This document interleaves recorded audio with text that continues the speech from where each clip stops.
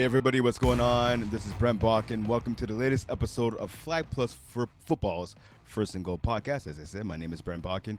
I'm going to be joined by my co-host Quaysie Maule in just a few minutes. But we have a special guest here on today to start off the show. Our first guest of the season, the main man himself, the president of Flag Plus Football, the one and only Jeff Rosenbaltt. Jeff, thank you to the show. Thank you for coming on to the show, I should say. My pleasure, buddy.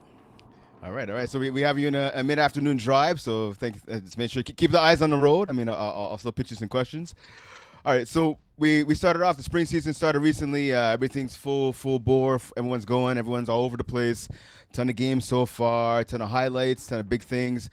Spring season is here. I was gonna say the good weather. Today was kind of like mid-October weather. I mean, we're June 1st, but I mean, hey, it is what it is. What are your impressions so far of the spring season, and what are your hopes as we start to build on this? Yeah, I mean, like you said, weather hasn't been amazing, but excited for the spring season. We have our men's divisions, our women's divisions, our co-ed divisions as usual. Mm-hmm. Men's, we have the 6-on-6 and 5-on-5, and we're pretty excited. We introduced two new divisions. One in the men's division, we have a Division F for the first time. So it's really trying to get people into flag plus that are truly beginners to flag football and Yep. want to make some teams with their buddies that have never played before to give them a space to play. And we also have a women's C division for the first time. So same sort of concept. Women that have never played before get together with whether it's colleagues or friends and make a team. We at the end of the day, we just want everyone playing flag. So whatever the level, we're trying to give everyone the opportunity to play. So we're excited to see what happens with all the divisions and specifically those two new divisions. Okay, so you mentioned again, right, the two new divisions that they came up again. That's men's F and women's C.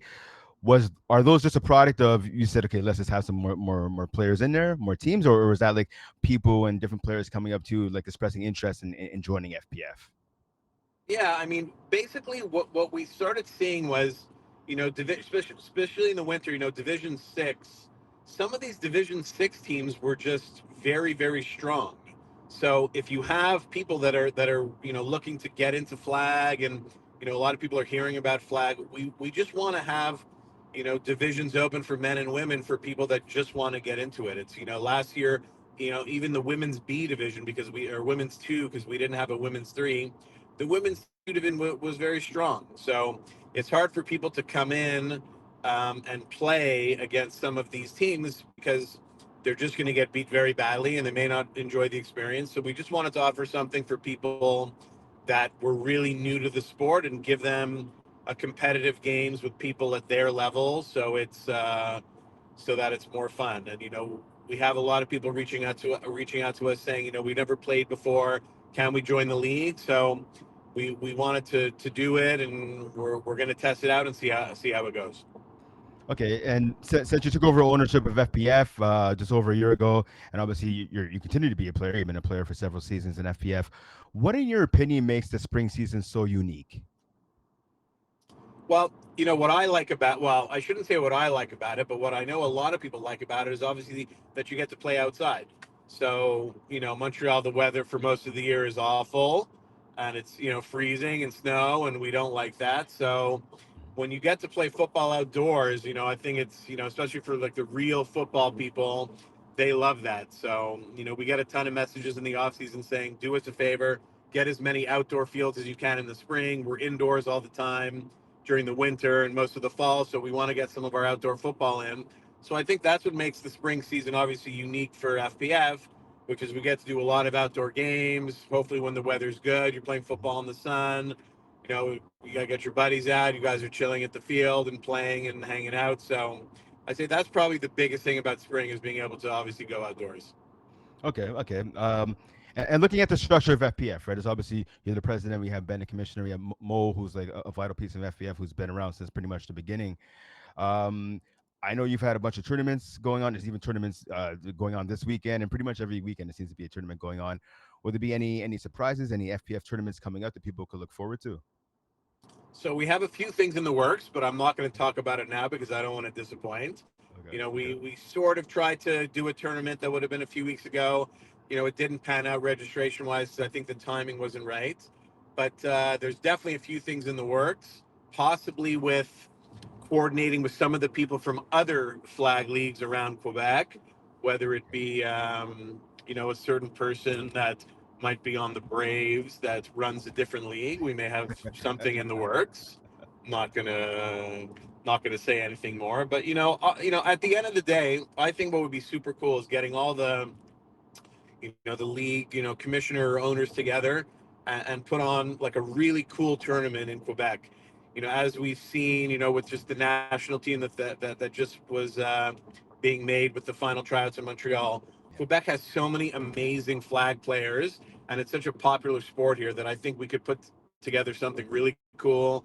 And I think people that have never played tournaments to get that tournament experience, it's just a really cool way to spend a weekend. So we're definitely going to try and set something like that up because I think that the demand is there, and I think the experience would be amazing. Okay, so speaking of Team Canada, right? So, we're gonna have AJ Gomez from Team Canada coming on the show just a few minutes. So I'm looking at the roster right here. So AJ, Jean Lee, Alexi, obviously James Drysdale, Francois Rochelieu, Guillaume Bellon, Emmanuel Chenevert, a lot of Phil Ferron, right? Miles Griffin as well, JD Chevalier. So a lot of FPF players on the men's team for Canada. And I know when they announced the ladies roster, you can imagine a lot of players from Sub Zero and some other teams as well. Maybe Cayenne will be representing Team Canada in the 2028 Olympics in LA. How much of a sense of pride does that give you being the president of FPF that we're going to see a lot of FPF players take part in the Olympics? I mean, it's exactly that. It's a huge sense of pride. I think we have the best flag league in the world. I think we have the best talent.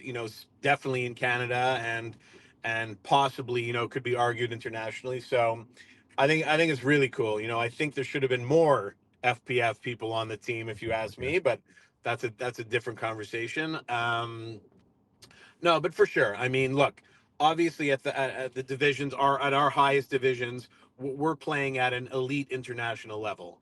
Obviously guys like Joe Mata, guys like Alex Nato Hughes, guys like Kevin Wyatt, Dan Lazara. I mean, these are the cream of the crop, in my opinion. Quarterbacks definitely in this country, and obviously the receivers and DBs. We just have an amazing talent pool, and it's a thrill for me to have a bunch of I consider them our guys.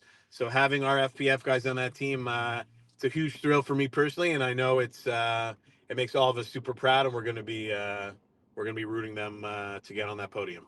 Okay, two more questions for you. First off, obviously, um, with the registration period over for teams, right? People are still able to join if they haven't found a team yet. What are some of the ways maybe players that are still looking to sign on somewhere or maybe join an extra team or two? What's one way they could hop on and add to their someone's roster?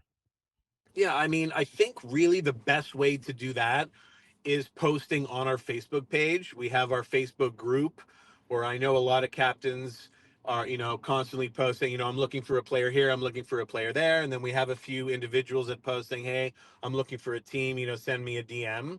So that would be the number one way I would suggest to do it. And then definitely the other way could be just, send an email to the league at info@flagplusfootball.com.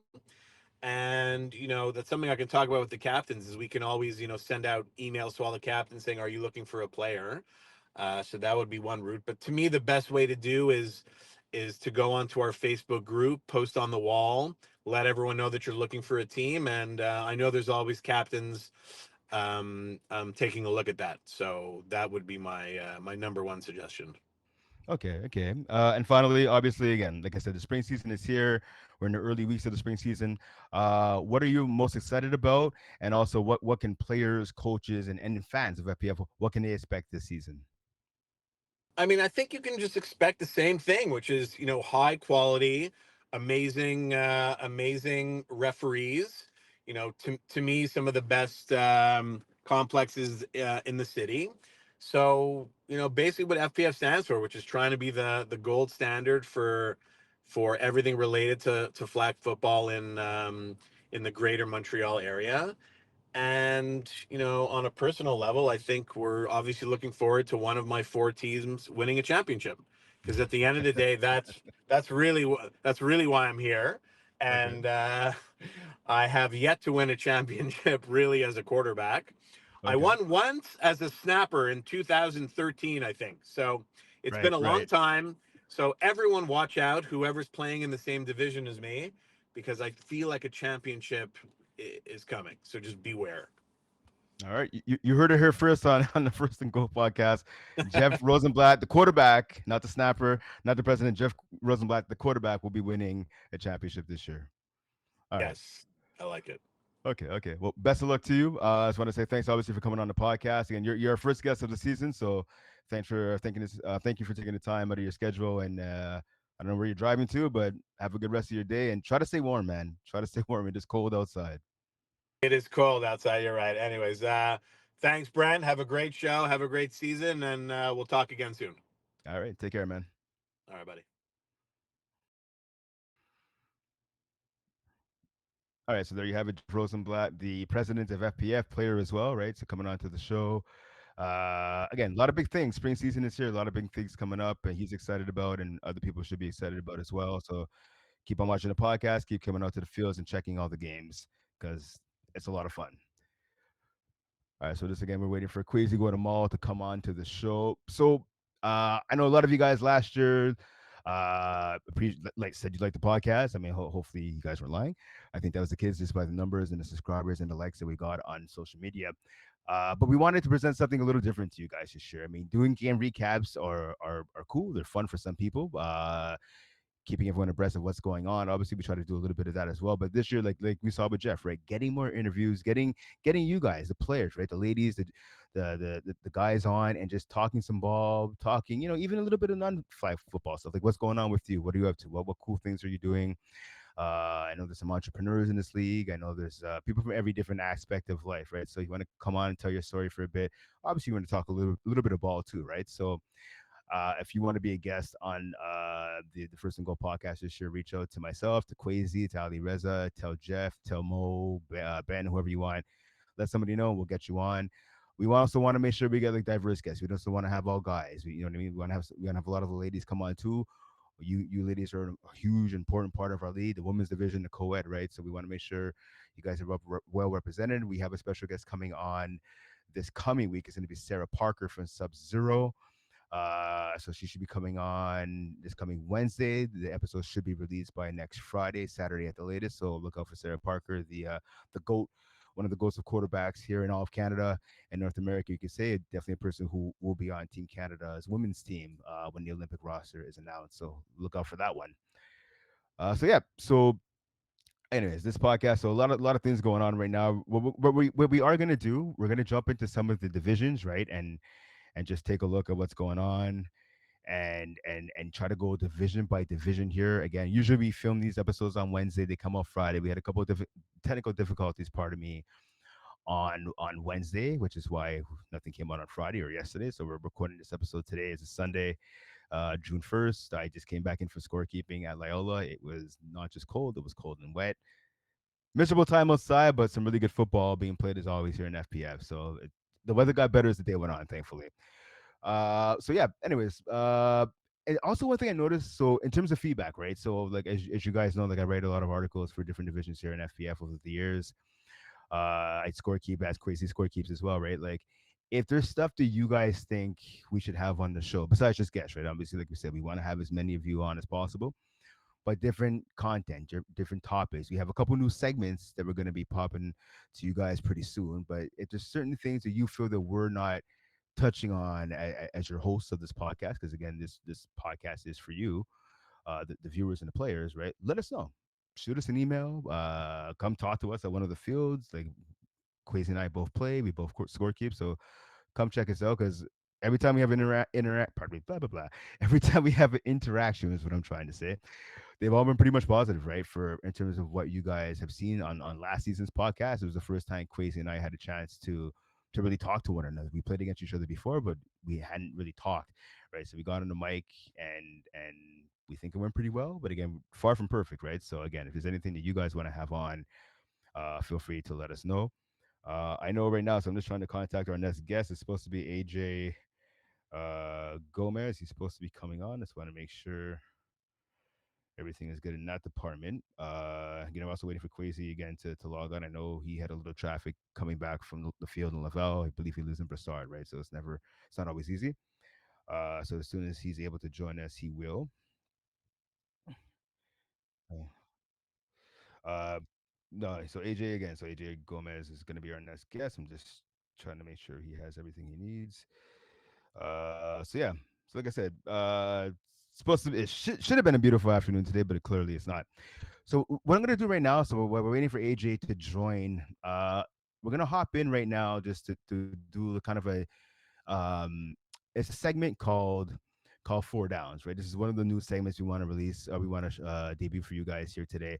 So what it is basically is Quaysie and I will be picking kind of four things that stood out to us from different parts of it. Well, usually it's going to be per week, but since we weren't around for week one, we're going to pretty much just talk about, well, for now, I'll do it by myself.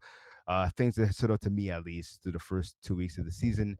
So one of the things that stood out, pardon me, I guess it's going to be, we'll start with first down, I guess. It kind of makes sense, right? So despite the show being named First and Goal, we'll go how regular football does, right? First, second, third, and fourth down. So one of the things that stood out to me in week one is so no Chateauguay. The Chateauguay field, I know for people that live in Chateauguay, it's favorable for them. For people like myself who don't live all that close to Chateauguay, wasn't that favorable. I know some of the conditions of the field turf weren't that great. A lot of players, myself included, got injured on that turf, but it is what it is. The facility is nice. The facility is a beautiful spot. Just is kind of out in the middle of nowhere. But again, that's just we're trying to find new fields, right? We have so many new teams, especially in the winter season. A lot of teams, right? So more players, more teams. You got to find new spaces to play. So I was told we might be back there next winter, or maybe even the fall. We'll see what happens. But again, so no Chateauguay field for sure this spring season. Obviously, like Jeff was saying in the interview, right? So a lot of games are outdoors. So you're gonna see a lot of games, obviously outdoors like Laval. You're gonna see games, pardon me, and Concordia, Conyu, Loyola, right? Various other fields. So one thing I know personally, from playing on the outdoor fields, I play tackle and I play flag in the outdoor fields. When the weather's horrible like today, it's not the greatest time. I know a lot of people say, "Oh, it's perfect football weather today." Those people are liars. Don't believe them. No one wants to play. Nobody wants to play ball in the cold. No one wants to be wet and cold when they're playing ball. No one at all. Tackle or flag football. When it's a beautiful day, like we were outside yesterday at Conyu, was it the hottest day? No, but there was a breeze. It was a little cool in the morning as the games went on and warmed up a bit. It's perfect football weather. It's fine. You also don't want the opposite, right? You don't want like 29, 28, 30 degrees. Listen, I'm from the Caribbean. I'm African. I love the heat, but even I don't want to be playing football when it's that hot outside, right? So that's me. Okay, so that's my first down. So again, no strategy and just the fields in general. Second down, again, it's an exciting time. Like I said, talking to Jeff, right? New season is here. A lot of new players. I've had a lot of players come up to me besides just buying flags. Some of them guys and girls like, hey, we watched the podcast. This is cool. Asking general questions like a lot of the new and younger teams do, right? Like how much are the flags, asking some of the rules. I'm not a referee, but I've been around long enough, as you could probably tell. Just asking who are some of the stronger teams. How long has this guy been playing? Like, why are some of these guys have such a low rating and they're so good, or why some players have such a high rating and they maybe shouldn't be so high? That's the flaw of the rating system, but it is what it is. But all that aside, again, it's an exciting time. I see Quaysie coming on here to join the show. So yeah, it's an exciting time. Yeah, an exciting time for everybody, right? New players and older players. Just FPF is back. We're all excited. We had a really good long winter season, but a lot of action. The finals, obviously, we're back in Brassard this year, one game at a time. Thankfully, that was a success. So hopefully, we can build on that. And we have the finals coming up in late August. Later this summer, basically. So that'll be something to look forward to in Brassard. Okay, so my second down for me, I gotta say, is I've been noticing a lot of the veterans like Jeff, Joe Mahue, guys like the Kevin Wyatt, Dan Lazaro, all those guys, Jean-Zeli Alexi, a lot of the veteran guys, Mark Andre Rees, Ben McMahon, the list goes on and on. What I'm seeing though is a lot of like the younger quarterbacks who are really making a push today. I saw one in Division E, Division F actually playing this afternoon. Yeah, it's my first time playing. He was slinging the rock a little bit. It took him a little while to warm up, but once he was able to move around and find a rhythm, that was really good. And I think I know, listen, we I don't want to say cater, but a lot of FPF has been built by some of those guys in the higher divisions, and some of those higher division teams, right? As well it should. That's why the Hall of Fame is there. But the seeds that are planted in FPF, right, and what's going to really help this league grow is a lot of the guys and the girls playing in the lower divisions, that are kind of learning the way. So I remember meeting a guy, like I've said this before, AJ. When I first met AJ, I think he was playing Division 5, and like he didn't look that impressive, but he's the type of guy, like, there was some talent there, right?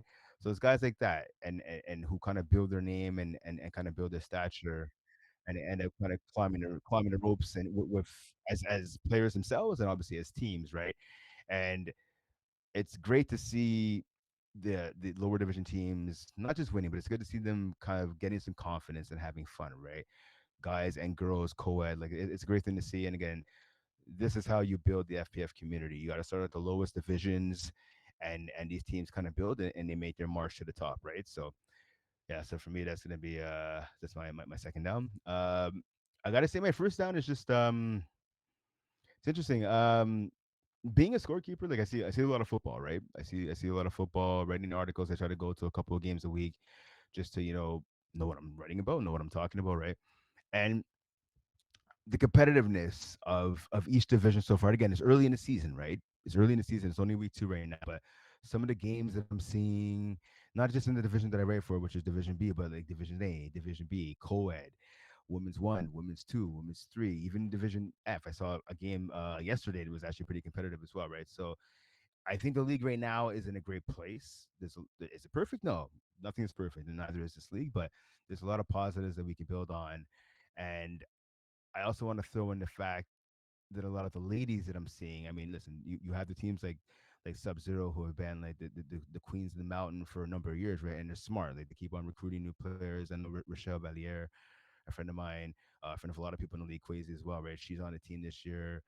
Mathilde Sibyl, I hope I'm pronouncing that right. I apologize if I'm not. I had seen her play in co-ed in the playoffs, and now she's on that team as well. A couple of the ladies joining that core of like Sarah Parker and obviously Sabrina Gervais, Tamara Journeau, so on and so forth, right? Like they're recruiting, and they're getting better and better by getting a little younger and getting those other ladies on the team who are good. But speaking about Sub Zero, there's other teams as well, right? In Women's One and Women's Two, and now thankfully Women's Three, right? Where it's great to see ladies playing ball, right? I coach elementary school kids, and it's super awesome that to see like kids from where I work, right, who are like 10, 11, 12, even 9 years old, having an interest in playing ball.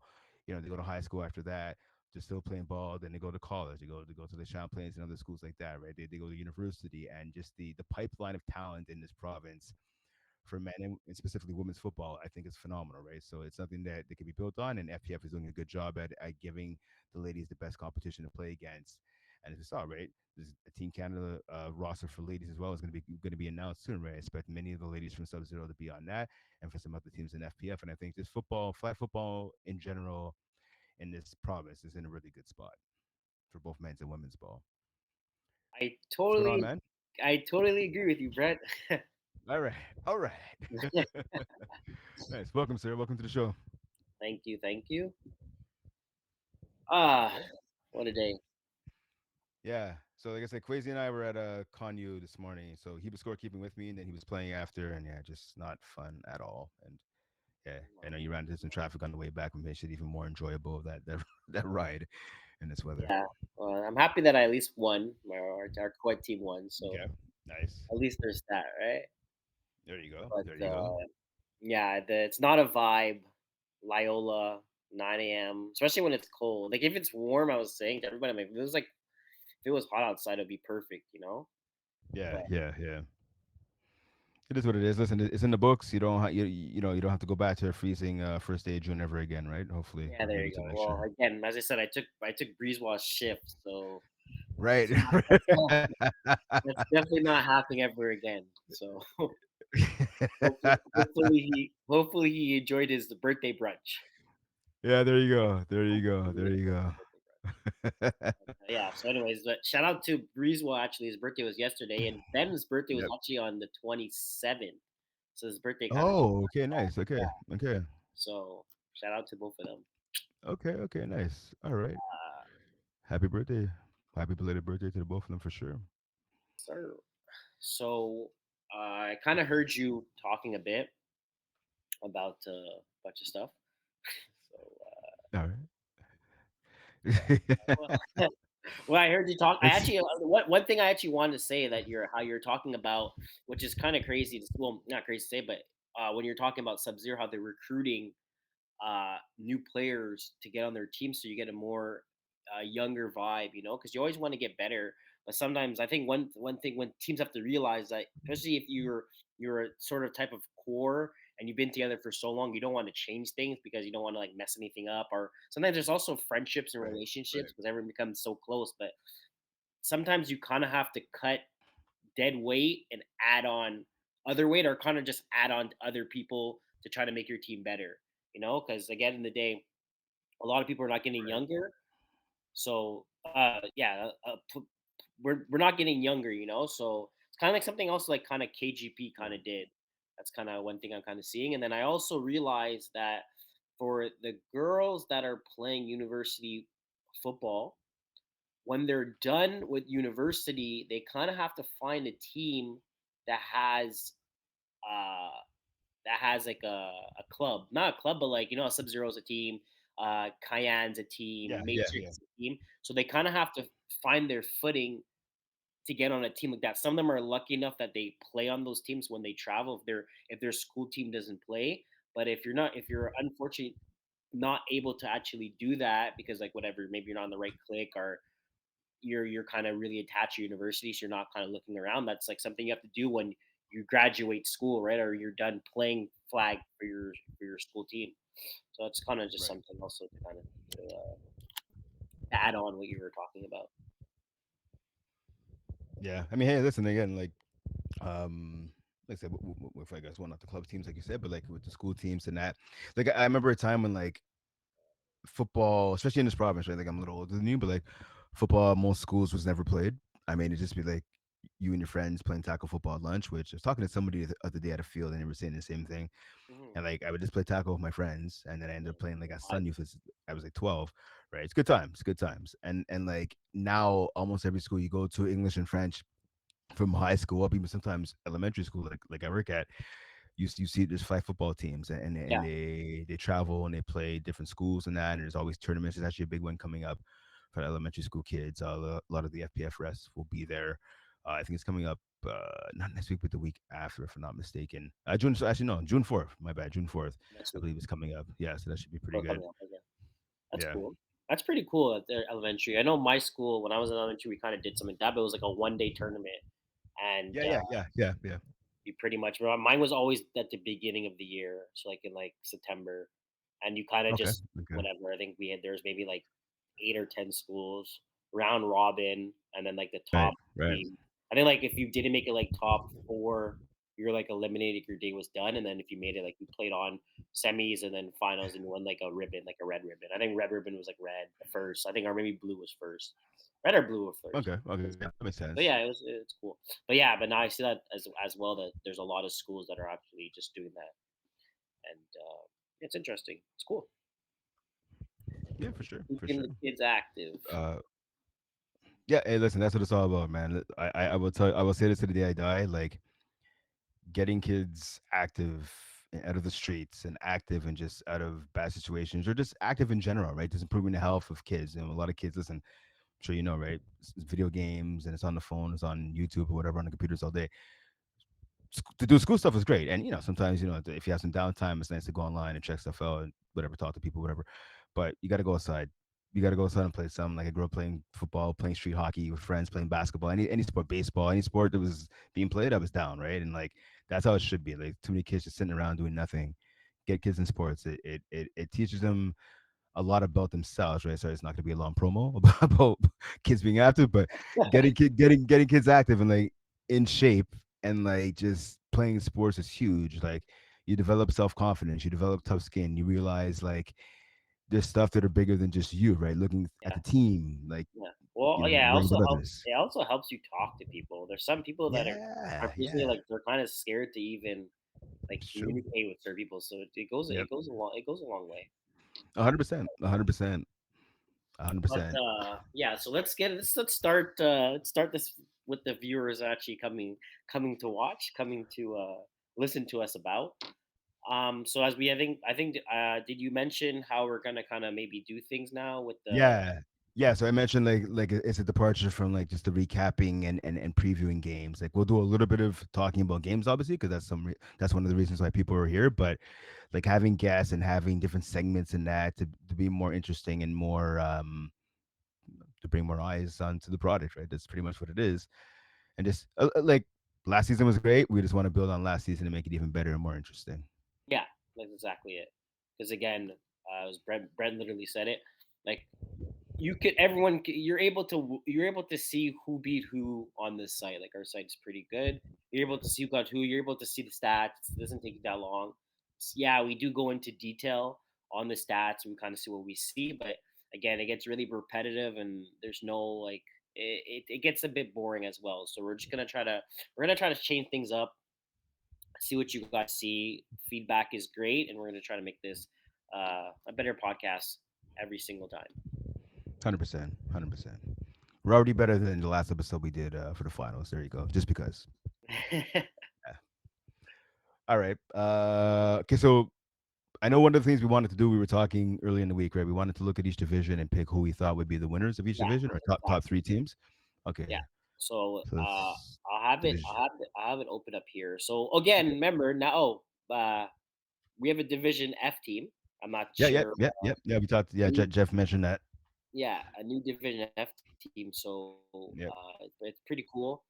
I feel like it's a lot 100%. of I briefly kind of looked at it. I feel like it's a lot of newer like newer teams because we have new teams, but then we have like newer teams where Yeah. like they'll have that one. So sometimes when teams join in, you do have a brand new team. Everyone's brand new, but sometimes and then sometimes it's you have a brand new team, but you have maybe one or two guys that have been playing in the league before.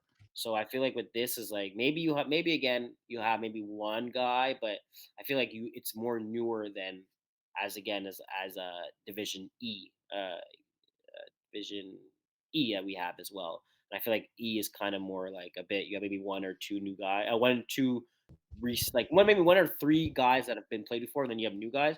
But I think Division F is like one guy, and then everyone's new, or you just have a full new team, or you actually have a team that just unfortunately they struggled a lot in the lowest division, and then they made them a lower division. So and they kind of bunched all those teams together just to kind of see to make it a bit easier for them because again as we were saying from the previous year well I was saying this from previous years but from last year from last season for our podcast it's not fun to go 0 and 10 and you're kind of playing versus teams where you don't have a chance to win so maybe Exactly. and Exactly. then or you don't even get a chance to play versus those teams that were as bad as you so you're able to kind of figure out that win. So I think with Division F that we have now, I feel like it's going to be um, And more. competitive. Sorry. I was gonna say I think maybe a bit more balanced Yeah, and a bit more exactly. competitive as Yeah, well. that's exactly what I want to say. I feel like we're going to see more teams winning more games and less teams that are going 0 and 10. I feel like it's going to Exactly. be it's Exactly. more neutral. It's like 3 and 7. Like more teams are going to have more wins and they'll feel better about themselves. You know, it's always fun getting a win after a game. That's it. That's it. All right, man. So let's hop into Division F here. Yeah. So So as we see, 10 teams. It's pretty easy, pretty simple. yeah. So we have Uh, a lot of good names. A lot of good names here. Not gonna lie. I like the Jamaican bobsled team. 100%, dude. 100%. I find that kind of funny. You know, it's crazy because they just I'm not sure exactly when they announced it, but they just made their team. Well, they just not official. It's maybe been a while, but I remember they're like, oh yeah, Jamaicans having a bobsled team. Like what? I'm like, where are they? There's no I snow. mean, they made really did. They made a whole movie off of that. Sorry, They I made didn't. a they made a movie. I think it was like the late '80s, early '90s. They made a movie off of that. They actually had an Olympic team. 100%. I know. You never seen this movie? No, Okay, I'm older than you, so I guess. Okay, you know what? Hold on. Do you know who John Candy? Well, he's been dead for over like 20 years. Not John Candy. maybe by picture. He's a Canadian actor. He used to be super famous, like funny Canadian actor. He died of a On heart attack. Kennedy, you said John Candy. Candy. Yeah, John Candy. He made a movie. Yeah, yeah. Okay, yeah, yeah. Cool He was Runnings. Cool Runnings. Cool Runnings. That's the name of the movie. he was he was in Home Alone. Yeah. I think he played the uncle or something in Home Alone. Yeah, Yeah, exactly. yeah. Okay, he's a Canadian Yeah. actor. Yeah, okay, I just googled him. Not gonna, Yeah. not gonna act like I knew who he is. Like, yeah, he should have, should have just John googled him. Candy, of course. Yeah. Oh, oh, no, It's my no. main man. But yeah, yeah. Home Alone. Right. Yeah. So in that case, so 1993, the movie's called Cool Runnings. I mean, again, I think I was like, I wasn't 10 when that came out. God, I'm old. God, I think I was. I'm aging myself on camera right now. I was 12 when that movie came out, so that should tell you how old I am. Anyways, it came out in 1993. Great movie.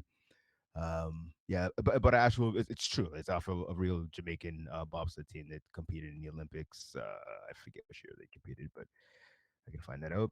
1988 Olympics. There you go. Okay, sick.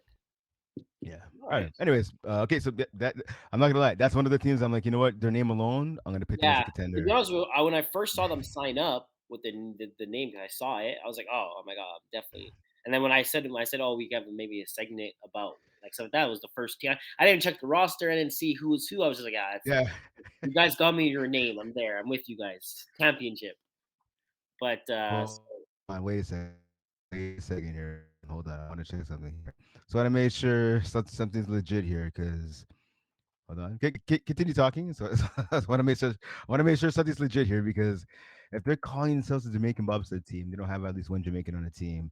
The team should be cut immediately. Kicked out the you know league. Banned for life. you know it's Banned for kind of life. it's kind of crazy. So I coach at a French private school in Saint Lambert. Okay, and I don't know how this happened, but whatever. We're running drills, and actually no, it was actually at a game. We're at a game and whatever. We end up scoring a touchdown, and these are young kids, like maybe sec Okay. one to sec three, and who was it? I think it was the kid. I think it was the guy named Antoine. He screams out "Bumbaclot" like loudly. Like one of the guys scores a touchdown. He's like "Bumbaclot." So I turn around. I'm like, "Who said that?" And he's like, Yep. they're shy. So he's like, kind of looks at me. I'm like, "You say that?" And he's like, "Yeah." And I'm like, "It's." And then I'm laughing because I do have some. I have some black kids on the team as well, and they kind of are just looking at him. They're like, "What's this? What? Why did he? What's happening here?" So I kind of. Well, I have like two black. Oh man. I found it kind of funny. Okay, so as fraudulent as that is, I'm gonna say, yeah, this team. I don't know, man. I don't know, Mateo Yeah, I don't think there's one. Solomita. Yeah, I don't think there's a single, I'm not just looking. Jamaican. I don't think there's a single black person on this team. Wow. Yeah, I'm All looking right. at the names. They're trying to Yeah, make it go. it's a But couple of anyway, Adrianos, Mateo, Roberto. Yeah, it doesn't sound too. I mean, unless it's like a Giannis on the team or something. Maybe Giannis on the Cooper or yeah, something. But I Giannis. mean, Yeah, I don't think he's Giannis could there. be Yeah, but anyways, I'm I'm still. disappointed. I'm a little disappointed, but I'm impressed. These guys have the balls to do that. So I'm like, you know what? I guess I'll let it slide. If they get booted from the league, I won't be mad at it, but I'm pretty sure they're here to stay. So, you know, if they win some games, they can call themselves what they want. There you go. Two and they start. They're right now. They're 2-0, right? So Yeah, yeah, pretty yeah, good yeah. start for them. But I'll just say my top three. I'm Okay, gonna go with Dolphins, okay, Jamaican, and Rosemere Rhino Pills. Those are my okay, top three. okay. Those are my three teams. I think one of them are gonna win the championship this year. Okay, I got Jamaican Boston team, as I said. I also have, so I've seen this team play twice. I saw them last Saturday at Lyle, and then I saw them this past Friday night in Laval. It is PSTM. Okay. I like them. All red jerseys, which you don't see that often, which is cool. They got this guy. I think he's like the shortest guy on the team, Jordan Lee. His playmaker at safety. He gets his hands on a lot of balls, a lot of INTs. I think right now, let me just check his stats. I think he has at least two interceptions right now. No, he has four INTs right now. Yeah. So he's Yeah. making some plays on defense and on offense. He leads the team with 10 catches for like 145 yards, and he has a tutty. So I like that kid. And there's some other playmakers on that team as well. There's some other guys. They have a lot of speed. Guys named Massimo Monitz. Let the quarterback likes to chuck the ball downfield. I was trying to get his name. Yeah, Jesse Kolarzik. I hope I'm pronouncing that correctly. Anyways, I like the team. They kind of play like they're a little physical, not dirty physical, but they're physical enough to kind of toe the line a little bit. They made plays on both sides of the ball, so that's PSTM. Pardon me. It's one of my picks, along with again Jamaican bobsled team. I'm looking at it after that. I'm gonna have to roll with. I saw the first down sniffers this afternoon. I mean, they were okay. Um, I'm gonna say make football great again. I literally just score kept their game before I left to get home to do this. They have a quarter. So I was talking about some of the younger quarterbacks before you joined. They have a QB. This guy is his first season. His name is Adam Felon. Two TDs, two INTs. Nothing huge stat wise. He could run with the ball. He could run. He's smart. He already knows about stretching out the ball to pick up extra yards. He had a lot of drops from his receivers. His balls are pretty catchable. His accuracy isn't great now, but I think the more reps he gets, he'll get better and better. So I think maybe he and his team during the second half of the season are going to really pick up something because again, this guy's this rookie quarterback, and I came away today a little bit impressed. A little bit impressed. Okay. Actually, I thought the team was because we had a team last season, a very good football team. For some reason, I was putting those two together, but it's completely two different teams, two different names. I thought for some reason I thought it was the same name. I thought it was the same players, but it's All not. right, all good, all good, But yeah, so those all are good. our three. Those are our three teams that we think they're going to win Division F championship this year. Cool. All right, man. Let's hop over to Division E right now. Okay. I'll let you see. I'll let you start your third, your three since I did three last for F. I started first. Opening up. Oh, here it is. Okay, so we have 27 teams in E.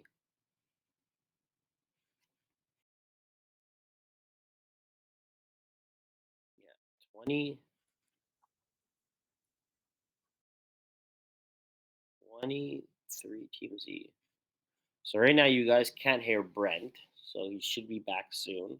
So instead, yeah, yeah. So yeah, right now, Brent, you can't really hear we can't hear Brent right now, but that's totally fine. So I'm actually gonna go through these teams. I didn't. Well, I kind of looked at them fast. I think I score kept. I think two of them.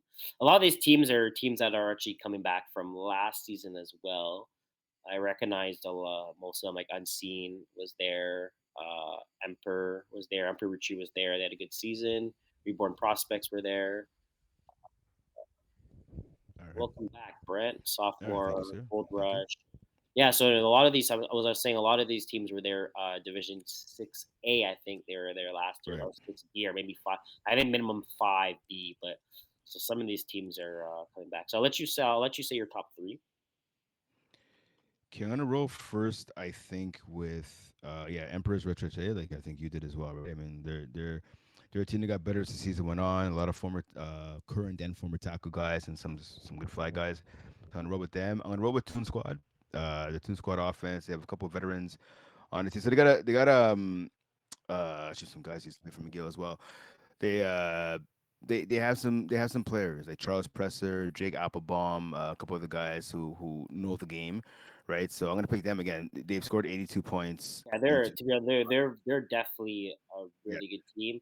And Charles is back, 100%. right? I don't think he did. Exactly, He took a exactly. couple. I think he didn't play. Last time he played was spring. The last full season was spring Right, 2024. So right. I guess he took a year. I think he comes back in spring. It seems like. Uh, So yeah, and that's a very good team. And your I'm last gonna pick, roll. So I'm gonna cheat here. I'm gonna have two teams. So sophomore XL. I mean, Keon's team. I mean, they came close to making the finals last year. They're a good team. They're a veteran team now at this point. It's gonna be hard to stop them. They're already out to a 2-0 start. One team though I liked. I saw them in Laval on Friday. So I want to make sure I'm getting this right. So they were actually at Con today, but I didn't get a chance to see their game. But they were at Laval. They beat the Unicorns. It's TD Blitz. TD okay? Blitz is a really good team. So this kid, Alice O'Neill, I had seen him once or twice scorekeeping in the winter season. I was like, okay, not bad, not bad. I saw him on Friday night. This dude could run, he could throw. He's accurate. He's a guy, Alex O'Neill, Right now, he has a 65.7 quarterback rating. If he is not a Division C or at the very worst Division D quarterback this time next year, there's something wrong with either the system, well, the ranking system, or he's able to, I don't know what he'll be able to do. But this is a really good quarterback who's getting better and better. I love his weapons. Avery Climas, I don't know if you know him. He usually plays with Fins Up in Division B. He's a great player. Dallas Odom, a veteran on their team. They have this young kid, Elijah Dupuis. I saw him play in the winter. He's making some catches out there. They're deep. They have a lot of guys actually on that squad, but they have size, they have speed. They can come at you from different ways. There's another guy too, Tommy Bouchard. He's a rookie. He made a lot of plays as a receiver and DB the other night. I came away really impressed with this team. So I think, like, if I'm gonna pick a dark horse, I think TD Blitz could be my dark horse because they have speed all over the field, and if Mm, they can get their act together, they'd be really good. okay, nice. So you took. So you have X Men, Toon Squad, and TD X Blitz. Men. I don't have X Men. Oh, Oh yeah, sorry. I have freshman XL, freshman XL, Freshman XL. Sorry. sophomore XL. Sophomore My bad. XL. Oh, sorry. Yeah, My yeah, okay. Fun fact about TD Blitz, right? So they came in this they came in the season fall 2024 or spring yeah, 2024. I'm not sure. I was looking at it, had it popped up. They came in. I remember I score kept the game. Their first game was in Chattagay, I believe, or that's where I score kept them. They had 16 guys on that team. They yeah, had a yeah, full yeah. They're deep. they had a Mhm. full roster. Oh Yeah. they went 9-1, I think. I think they got one tie. Next Okay. season, that was tier four.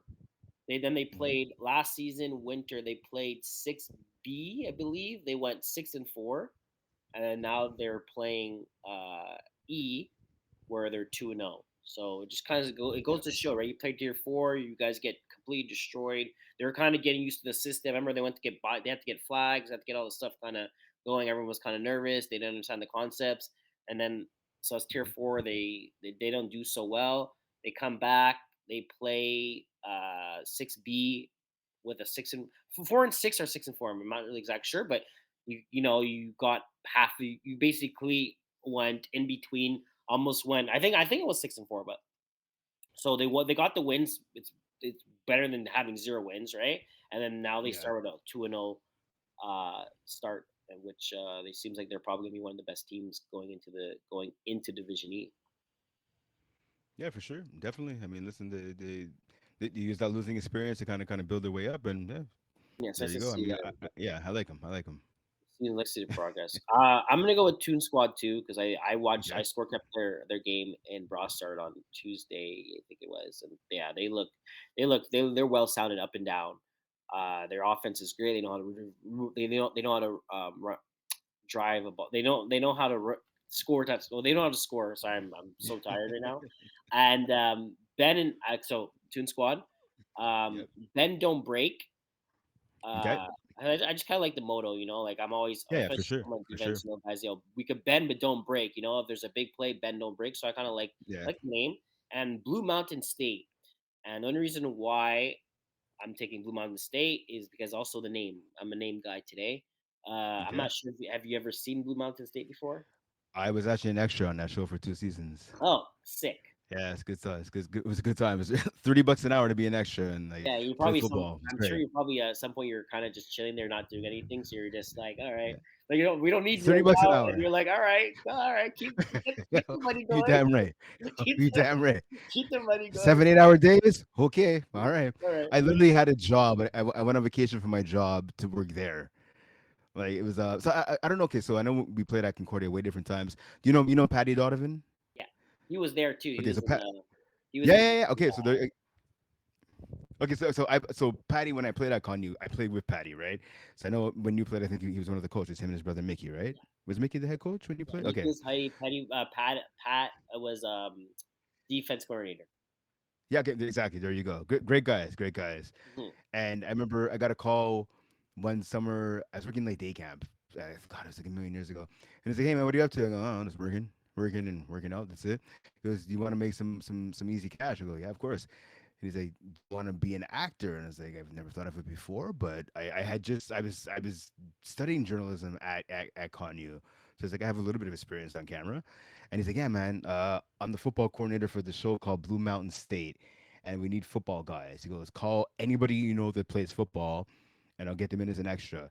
So I ended up coming in like a week later. There's me and like three-quarters of the Stingers team. So a bunch of buddies of mine, and yeah, we all got paid $30 an hour for like I think 2.5 weeks to just do drills. Like we're in the background. Right? We're never like really Yeah, on no, but camera yeah, no, you kind for of the you most see part. them, But you see them. You're seeing guys hitting bags or kind of just or in the locker room. Everyone's like, yeah, oh, I was like that. yeah, You kind of yeah, exactly. I will say though. So my girlfriend had sent me something from it was on Netflix. I think Blue Mountain State, and she sent me a clip. There's a clip where we're getting into a huddle with the head coach. I think his name was John Marino. He died a couple yeah, years ago. Great guy. He was really cool. And you could see me kneeling down to a buddy of mine that I played ball with. We're in the huddle. I had a mohawk at the time. I was wearing number 44, which I would never wear. And we're just like, I'm nodding like this for fake talking and all that. And I was like, yeah. yeah, it was honestly a lot of fun. It was a No, lot of fun. I used to do acting when I was younger. Nice, nice. Okay, that's right. That's right. Yeah, yeah. Yeah, my aunt actually owns an acting studio, so I used to do acting, and I used to get a lot of gigs, mostly because of her. You know, she used her connections, and Right, I also knew I was right. doing, and I was told I was a cute kid when I was younger. So I did like I did a bunch of like commercials, like L'Oreal Kids. I did like a bootleg McDonald's commercial, and like I also did yeah, it was a bootleg. McDonald's? Yeah, it was supposed to be McDonald's, but it was ended up being they switched it or something. That was weird. I don't know. I had also had an agent too, and he's like, "Oh, it's like McDonald's." I was like, "Oh, sick McDonald's because you're making a shit ton of money." You know, like, "Oh," and he Yeah, goes, yeah, I had a yeah, friend. yeah. Actually had a friend that did actually did like me and him we did opposite things, and he had to take Okay. a bite of his burger like 100 times. They had a McDouble Oh burger, wow. and you had to take a Okay. bite, and you have to say something, and if it didn't, the Yeah. shot wasn't well, redo it. Bite, Right, redo it. right, right, right, Bite, right. redo it. Yep. Bite, redo it. Yeah, But yeah. yeah, so I remember he was telling me, and he's like, "I'm actually," and then I think this is when we were kind of young, and he's like, and his mom used to always take him to, after we used to do, I used to go to acting classes, and after every Saturday, his mom used to take to McDonald's, and then he did that like one previous week, and his mom's like, "Oh, you guys want to go to McDonald's?" He's like, "No, no, I'm good. Like, I'm okay. I don't want McDonald's this week."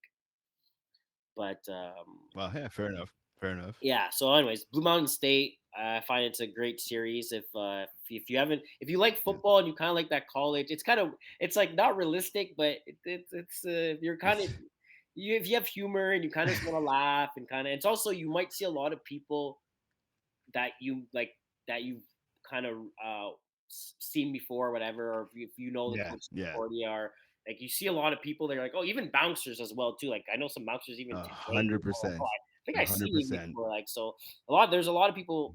There's a lot of people that are in that movie, and I think it took place on John Abbott, right? It was at Yeah, yeah, yeah, yeah. That's what it was. Yep, it's John Abbott. Yep. so yeah, definitely definitely a series to watch.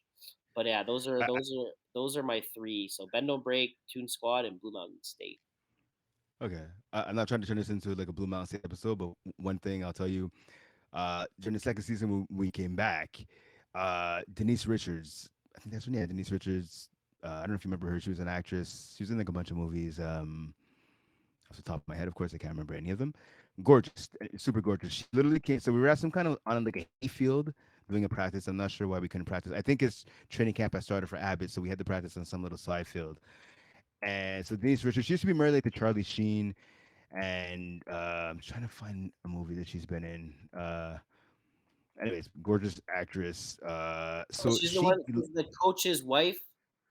something like that. Yeah, yeah, yeah, yeah. I think she was the coach's wife Yeah, because yeah, she was on for like 2 seasons. Okay, she was in this movie. This is again, I'm aging myself. Called Wild Things. If you've never seen it, see it. Just take my advice. I've seen Wild. Okay, there you go. So she's in that. Right? I think Nev Campbell's in it too. Phenomenal. And so Denise Richards literally came in to shoot a scene and left. They flew her in. I shit you not, via helicopter. She landed in the middle of the football field. Helicopter buzzes off for an hour or so. She shoots her scenes. Helicopter comes back, deuces. Like, and I was like, wow. And I will say she's gorgeous. Like she came over to say hi to a couple of us because we're standing around waiting for the director to say go whatever, whatnot or action. Sorry, not go. And she was friendly. She was gorgeous. I think I was like 20, 23 at the time. I was like drooling over myself. But yeah, it was quite nice. It's quite nice. Denise Richards, awesome. Yeah, no, she's a great actress. Yeah, Really hundred good, percent, as you said. 100%. Funny too. She looks like she Okay. has really good humor. Yeah, yeah, she's cracking some jokes. Cracking some jokes. Okay. I'm gonna go with rum and coke because I love rum and coke. It's my drink of choice.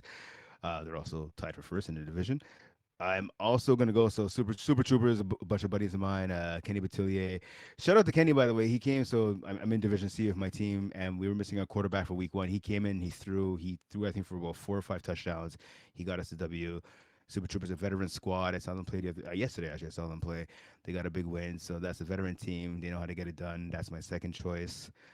I think I love the name Nut and Run. I mean, that's it's classy. It's classy. I'm gonna go. I was gonna go in that direction, but I'm gonna say Uncle Rico's Riders. Okay. And yeah, so I'm looking at the team. I believe. Just want to make sure who I'm thinking of. Darren. I can never pronounce his last name properly. Medizian, I think. I believe that's his team. Just waiting for the roster to pop up here, of course. When you need it, it never comes through. Anyways, that's my yeah. So yeah, Justin Lerner is veteran. Yeah, yeah, exactly. Darren McDezian, Justin Lerner. Those guys have been around FPF like for seemingly forever. They know how to make some plays. The quarterback Matthew Yannick Elias, he's been in FPF for a long time. These guys have had a lot of big game experience. So yeah, I'm gonna go with Uncle Rico's instead of the Rico Riders. Now they're Uncle Rico's Riders. Mm, That's gonna be my third choice to win it all in this division. okay. Um, I'm going to go with uh, Glow Gang. Okay. I've Yep. seen them play before. I think this is their third season in. I like their jerseys too. It's like basics, but it's still nice.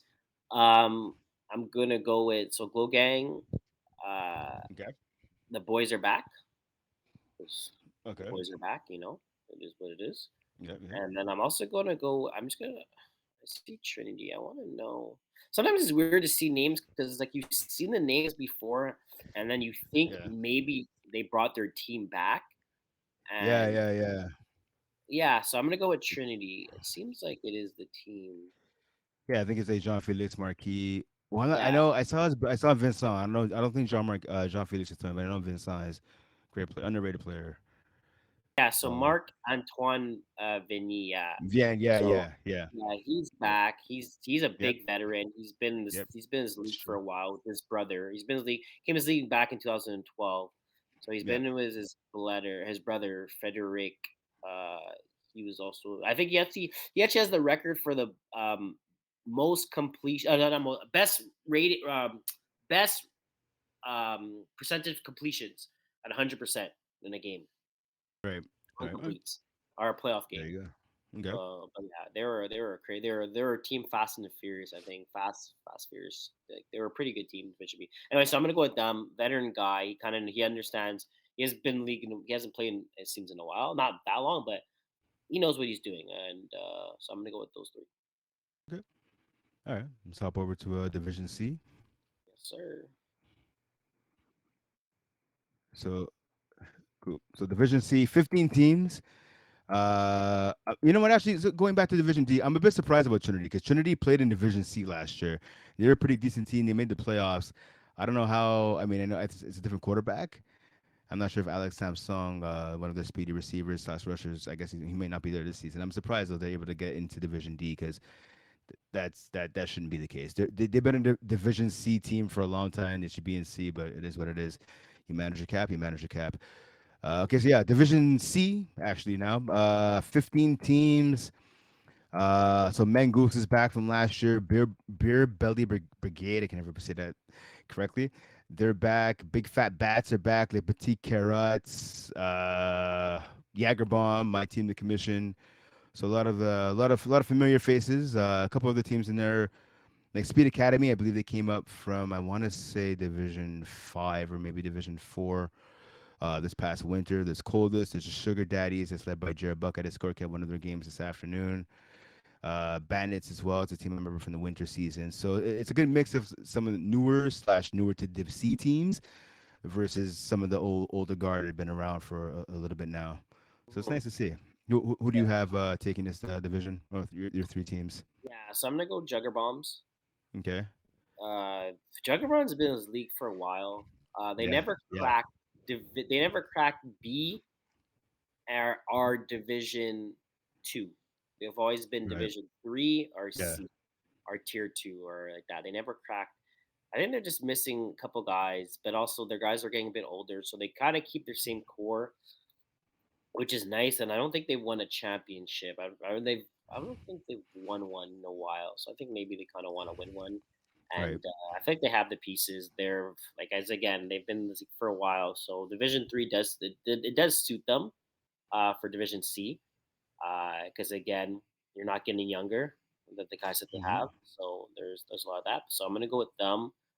Um, I'm going to go with Speed Academy. Okay. They played. Nice. They were there last year. They did pretty good. They ended up losing in the first round, I think, or the quarterfinals, and they lost. And I'm gonna go with. So I have Speed Academy, Jagerbomb and Jagerbomb, plus. and I'm gonna go with Sugar Daddies. Okay, nice. Okay, okay. I'm gonna go Sugar All Daddies. right, all right. I like that. I like that.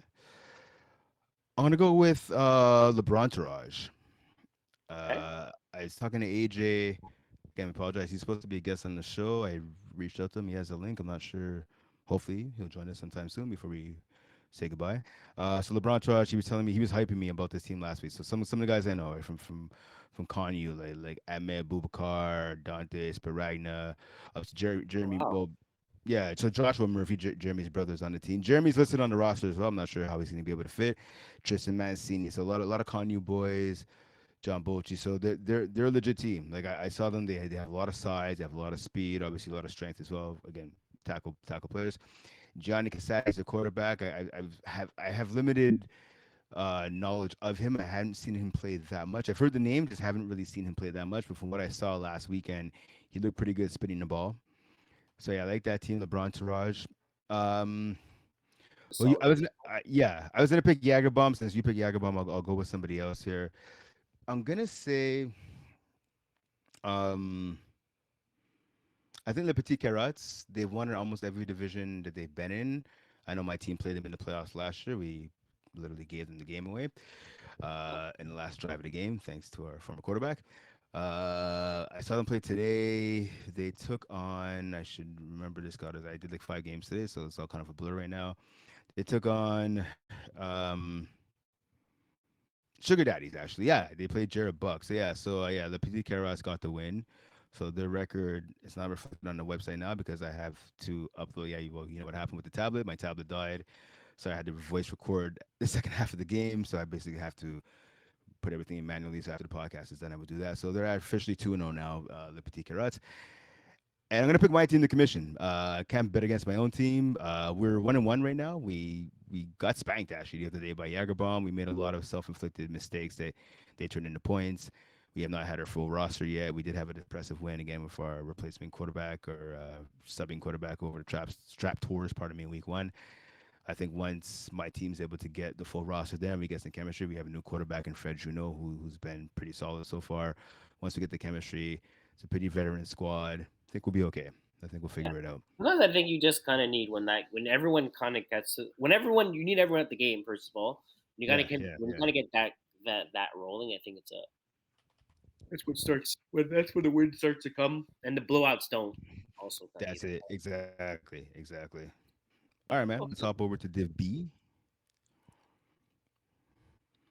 So Div B here, 9 teams. It's a little smaller this time. Bit of a surprise here. A lot of familiar names: Mangoose, Silent Ticklers, Poseidon's Kiss has played last couple seasons. So Les Verts Full jumped, I know, from Division 3. They're up in Division B now. Never Overtime went from C last year now to B. Fins Up, Idaho, Ida Pims, Run It Once, and Shake and Bake. So some good teams in there. Definitely 8 teams made the playoffs, so there's gonna be one team, that ninth team right now, Shake and Bake. I don't think that'll be the case when the season ends, but one team on the outside looking in when the playoffs start. I'll go with my three first for this division. Gonna roll with the Silent Ticklers. Again, we saw in the winter season, right? They could be explosive. They could put up points with anybody. When they're rolling, when they're clicking on defense, they are hard to score against. They do give up some deep balls here and there, but when they're clicking on all cylinders on defense, they're really hard to beat. Um, I remember watching Poseidon's Kiss. I like the roster. It's like a lot of guys kind of in that on that team. Like you have Darius Reed. So I don't know if you know Darius Reed yet. He is a kid who I score kept games. He played for the LaSalle Warriors midget team this past year. I had no idea he was playing FPF with the adults. I saw he was playing in FPF Junior this past winter with the whole LaSalle team. He's signed to Champlain, so I'm going to be calling his games this year at Champlain. This kid is phenomenal. He can make plays on both sides of the ball. He's your punt, well, and tackle. He's your punt returner, your kick returner. He can play receiver. He can play quarterback. He plays defensive back. You put him anywhere on the field, this kid will make Just makes plays. plays. Yeah, 100%. So you have him, obviously Rocco Cristiano, right? You have Marcus Lynch. Uh, Usually plays with Will Seabag and those guys. I'm forgetting the name of their team right now. It escapes me. Vin Diesel? Sorry, You mean with who? Sorry. Will Seabag, the Seabag guys. Vin Diesel. Yeah, Win Diesel. Thank you. Exactly, Win Diesel. So he's playing on a different team this year. Juan Echo, a veteran, right? Evan Venus. A lot of guys who have a lot of FPF experience, right? So this team is definitely a good team. Talking about Poseidon's Kiss, they have the potential to go all the way. We'll have to see whether or not they do it, of course. And I think the final team I'm gonna roll with here. I mean, there's so many good teams. I want to say Fins up. I mean, their defense. They're letting pretty much 80 points over 2 games, which isn't great. But I mean, it's early in the year. I'm a bit surprised with Mangoose. I mean, they're a team who gets spanked usually in Division One, so now they're in Division Two. So that's actually I'm not surprised. I should say. I am surprised with Shaking Bake's 0-2 record. But you know what? I'm gonna go. Actually, I'm gonna roll with. I'm torn between Mangoose and Shake and Bake. Again, Shake and Bake right now is 0-2. That's a surprise. I saw them play today. They have a really good roster. I'm gonna go. I think you know what? I'm gonna roll with Shake and Bake. Shake and Bake is good enough with the roster they have to get out of the basement of the division. They have Felix Boutte and Jerome, right? Ovington, obviously Marc Andre Reed, one of the phenomenal quarterbacks in this league. A lot of good other good guys like Denny Martel, Victor blowing Boutin. Yeah, Shake and Bake is gonna be my third team that I think can win it all, despite the 0-2 start. Okay. Well, I'm gonna go run it once. Okay. I think they probably have the best roster. To be honest with you, up and down, the roster's kind of disgusting. Um, I don't know even how they. I don't know how. You know what? I was about to say I don't know even how Jeff made that team, but Yeah, man. I, But you're right though. Look at it, right? They got Bakary, they got Felix Clermont, like Jalen's on the team, Noah Groper, very underrated, Paul, Sam Perret, Sanders. Yeah, it's a bit surprised they could fit into Div 2, but I mean, hey, it is what it is. Div B, sorry, but they yeah, managed to find a way. they find like they're six, like if they're starting six guys on the field. Like when if Yeah. everyone's there, it's a hard team to stop. So I'm gonna go run once. I'm gonna go Silent Ticklers, and I'm gonna go Fins up. Okay, that's fair. That's fair. All good teams. I think this might be the most competitive division in FPF right now. I would hate to be that team on the outside looking in when the playoffs start, but that could literally be anybody. But I mean, we'll wait and see. All right, Yeah. let's For hop over Division to. One, let's pick two teams. We'll go two.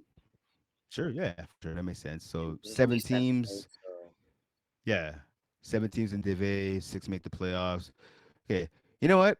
So let's do something even more creative. Let's pick 2 teams not named the Braves, because I think that's easy to say. Yeah, the Braves are going to be in the finals, because most likely they'll be in the finals. It is what it is at this point. okay. Who do you think besides them can potentially make a run to the finals and win it all?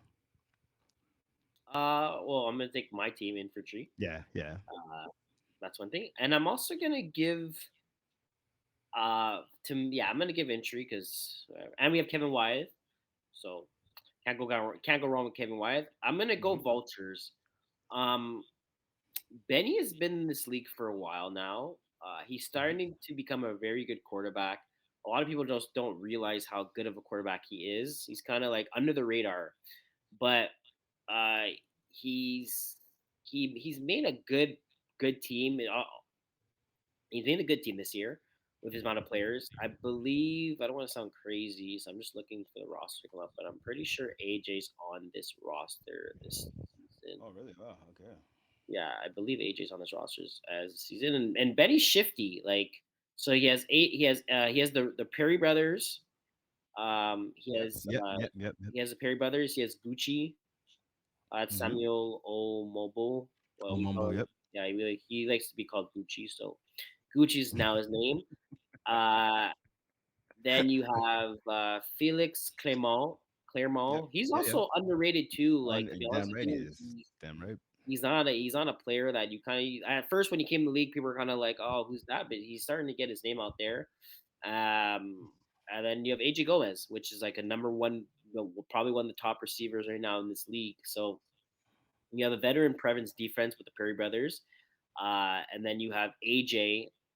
Kind of just AJ. It's gonna be kind of like an AJ. I feel like it's gonna be an AJ and Ben show where it's like, okay, well, if you want to stop me, you have to stop Ben's rolling out ability and actually deflag him, and then Yeah. you have to have someone to shut down AJ because their defense is not going to be amazing. Hopefully, the Perry brothers are able to kind of capitalize on that to like so they don't teams are not scoring 40 points a game because again, Vultures was never known as well, they were never known as a defense, right? But they never had that one guy. They always have that one guy. So you have James Drysdale that played with them, but not as a D1 caliber. Like they never had that guy. Right. Like for so the fact that Benny was able to get AJ, it's a big pickup for them.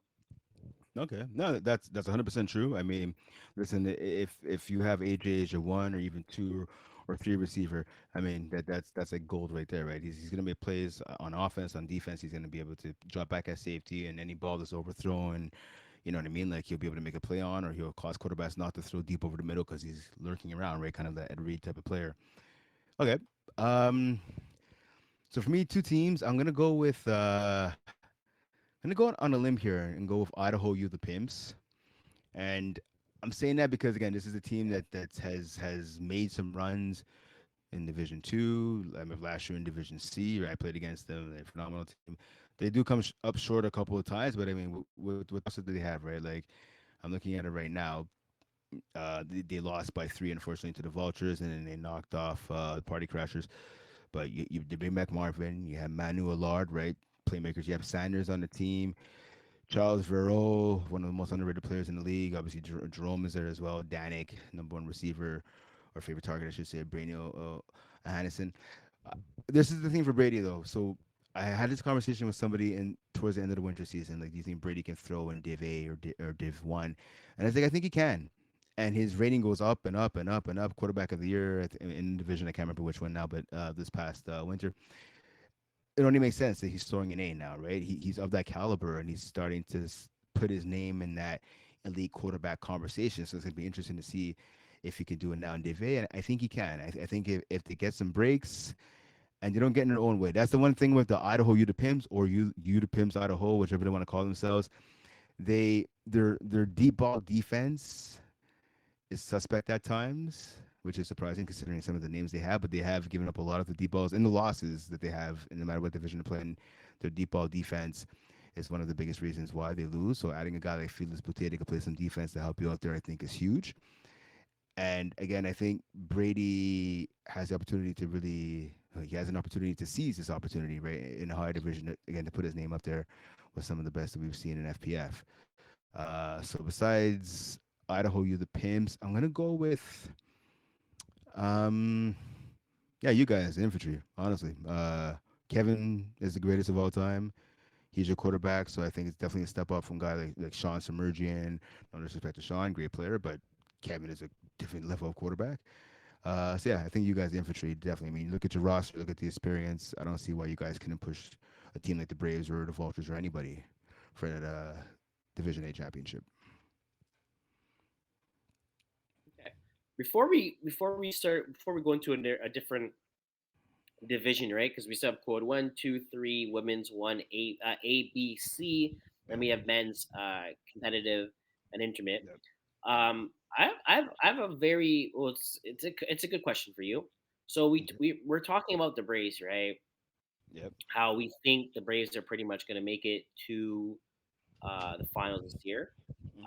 So there was an announcement that came out last week where they announced the players for Team Canada, and I believe you have maybe seven members from the Braves that made it. So you have James Drysdale, Yeah, James um, Drysdale. Yep. you have JB, I forgot his first name, Jean Yeah, Sebastien. Sebastian Belil, Yeah, Belil. You have Guillaume Phil Bellon. Cajon, Yeah. Uh, Emile who Chenevert, Guillaume Bellon, else am I missing? JD Chevalier. Yeah, JD. I believe they had Yeah. 7 guys that got I think it's one, two, three, four, five, six. I got six right here. I could be wrong. One, two, three, four. Yeah. Anyways, well, yeah, sorry. So back to so I believe they have 7 guys, right? So mhm. they didn't. So for the trials that happened. So they this happened last. So the trials happened Yeah. 2 weeks ago. They made the official announcement a week Mhm. later. Like so, they did it very Yeah. fast. Yeah. They They're announced it this week. yeah. So they took 2 quarterbacks, one for reserve and one on thing. They Yeah. took a player named Michael O'Connor. Michael O'Connor is he's he won the I should have kind of looked at this before, but he won the basically best Yeah. athlete. The high Yeah, Crichton. Yeah. exactly for U Sports. And then All right. he went off. I think he played. I forgot what CFL team he played. But anyways, so that's the quarterback they picked, and then they also picked a active quarterback that's playing this league. Now they took Miles Gibbons, right? So Yeah. they did not take Joe Meyer, right? So a lot of people right now Yeah. are kind of there. A lot of people are talking about like, oh, how do you not take the quarterback that's been going to competitions all over the world, going to USA Hmm. competitions, winning games, representing Team Canada before Yeah. that even happened, and he's just kind of making a name for himself, right? And they kind of because I feel like this is my own opinion because the head coach is a tackle guy. um, I feel like he kind of had his. I think he kind of knew what he wanted from the beginning, and then again, people are, and then it's kind of a big debate, right? Because Braves are well known. They're well known outside of Canada as well too, and in Canada, like everyone knows them. When they show up to competitions, everyone's like, "Oh, the Braves are here. The Braves are here." You know, Joe Meyer is such a good quarterback, and then it's like, "Oh, well, you're the technically you're the best quarterback right now that in Canada that's proving yourself." But you don't get chosen. He doesn't even get chosen to be even a reserve. They kind of like, Yeah. "Oh, we don't even want you even as a reserve just in case." You take a player like Miles Gibbons, right? And we've seen Miles play flag before. We've seen Yeah. his concepts and he hasn't done well. He's done okay, but not anywhere compared to Joe Meyer. So my question to Yeah. you is: do you Hmm. think this is is it? Do you think this is something that's horrible? Do you think this is a horrible decision on Team Canada? I mean, I think so. Listen, Miles Gibbon is a good dude, stand-up guy. Obviously, with I believe it's quarterback movement is the name of his academy where he trains. Yeah, it is. Yeah, the DQB movement where he trains the college and university quarterbacks and that, and I think high school as well. So he knows all the fundamentals and that to being a good quarterback. Obviously, the physical talents, the mental talents. Played at York University, right? As you mentioned, tackle background. I believe he spent some time at South Alabama as well, right? Which is phenomenal. It's great, right? Um, but you look in FPF, right? He's been playing since 2009. Has Miles, and he has 198 touchdown passes. Sorry, 198 touchdown passes, 64 picks, and a 58 completion percentage. Zero All Stars and zero championships. Now, some of that again, he's played tackle, right? So since 2009, he's been in FPF. So some of that time he took off to play tackle, and rightfully so. He has coached different quarterbacks, like I said, a lot in Canada. I guess some south of the border as well. You look at Joe Meyer, right? So 14 All Stars, 11 championships. The Braves are the best team in FPF. Let's make no mistake about it.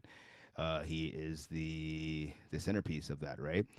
If you want to go look at his stats, I'll tell you he has touchdowns. I'm going to say this again: touchdowns. 1,000, yes, 1,216 touchdowns. He has 118 picks and he has a completion percentage basically of 70%, right? So you compare those numbers to Miles Gibbon. Again, they've played each other head to head multiple times in flag over the years, right? The Braves always dominate no regard or any other team that Miles Gibbon throws for.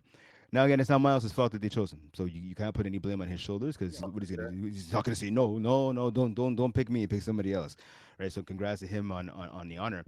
But yeah, to not pick Joe Mahu again, the people could you can make the argument, right? The best quarterback in this country right now, at least the best male quarterback in this country. I think it is a huge mistake for Team Canada. Even if you want to ignore that, right? You look at this roster, right? We talked about it. J.D. Chevalier, Brave. Emile Chenevert, Brave, right? James Drysdale, Brave. Guillaume Bellin, Brave, right? The list goes on and on. The chemistry that he has with a lot of those guys that make up Team Canada is huge. And why Team Canada wouldn't want to respect that to go with, I guess, a bigger name in just football in general when you're looking, I guess, the tackle game, right? I think it's a huge mistake, and we'll have to see what happens. But I just think they could have went in another direction. Okay, yeah. So that's what I kind of figured as well. I felt it was a mistake until when I was kind of told, and I'm not gonna say my sources because I don't want to call anybody out. I don't want to start something like that. So when they had the practices, Hmm. so when they had the tryouts for the 3 days, and this was on the Thursday, they did the Thursday, Friday, Saturday, and pretty much, you came in, you had a playbook, you did. I'm not sure, they kind of had lunch. It was kind of like it's like a camp, right? So you know how me and you Right, go for the right, right, right. football camp. You come in Thursday, you're kind of doing meetings, and then you kind of look at Yeah, your playbook, and then you do a yeah, little warm up on the Thursday, and then Friday you're starting. Everyone should know their shit and like that. So yeah. Joe Meyer was put. There was 5 quarterbacks that are there. Do you know where Joe Meyer was ranked out of those 5 quarterbacks? I heard he was a fifth. I heard. He was fifth. He Yeah, was at yeah, the very bottom. So yeah, you had yeah. for the 5 quarterbacks, you had Miles O'Connor, you had a player named Dimitri, Phil Cutler, and Phil Cutler, and then Michael O'Connor. So you had those 4 guys, and then you had Joe Meyer. Was it But Dimitri Moran? Was the no, the Dimitri guy you're Dimitri talking about? from McGill. Um, Oh, uh, Sinadinos. Yeah, yes, Dimitrios Sinadinos. Yeah, yeah, he's a good I dude. was gonna pronounce Okay. his last name, but I didn't Yeah, want to yeah, bother no worries. trying. No, I got him. I got you. No Yeah, worries. but yeah, I was Dimitri was actually my quarterback when I was at Vanier. But Okay, nice, nice. Yeah. but yeah, so he was at the bottom, and then I was kind of like wondering, I'm like, what exactly is going on? Like, why is this? Like, how is he at the bottom? And then they're telling me, guys are coming, tell me like, yeah, our play calling is crazy. So when you're in the huddle, right, and we both know how play calling is, it's not like if you're calling a play, it's not okay, post, corner, left, Not at all. right, Not at all. games. It's Not not. at You're, all. you're No. going zippy rappy, 69 corner ladder on two, right? Yeah. It's And that's short. That's shorter. yeah, That's short right there. That play call. that's me being generous, but Yeah. that's how it is, right? And I remember I was someone that was very not good at understanding plays, and then I was taught you just need to know what you're doing at the end. And a lot of times for running backs, you're very Mhm. at the end, so they'll say whatever, Yeah. and then Exactly. Exactly. they'll like hot fire dive, and you're like, okay, hot fire dive, that's me, that's me, that's me. I'm going Yeah. dive, Yeah. like Yeah. they're very easy. So what I'm getting at is that it must have been so stressful for him, right? And also if you're calling these plays in English as well, okay? Yeah. It's not his first Joe language. Meyer Exactly. is Yeah. he is French, okay?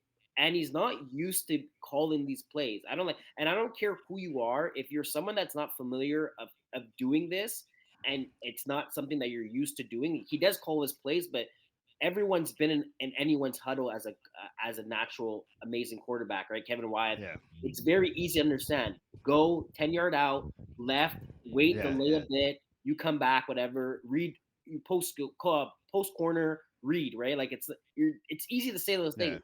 When you have to literally announce a book of a Yeah. play and then understand the reading as well, you're putting so much pressure on you. So I could just imagine him in the huddle, right? And it was to a point where you're in the huddle and he has 4 guys around him and he has to call his play and he's there and he's kind of like whatever Rogers 69 loopy like that, and he's probably messing up his words, he's not feeling comfortable, and then you're not going to perform when you don't feel comfortable because you're there, you're nervous Right. there, and then you're trying to get into Right. it and then you're not getting into it. So I Yeah. feel like that's something that they should have realized, that when you're like no one's making play calling like that. Even for the US, you see in the Hmm. huddle for Team USA when they're calling plays, it's very simple. They're not calling Ricky Robbie 99 on flex post, like when they're not calling that. It's very simple. They're Right, going right.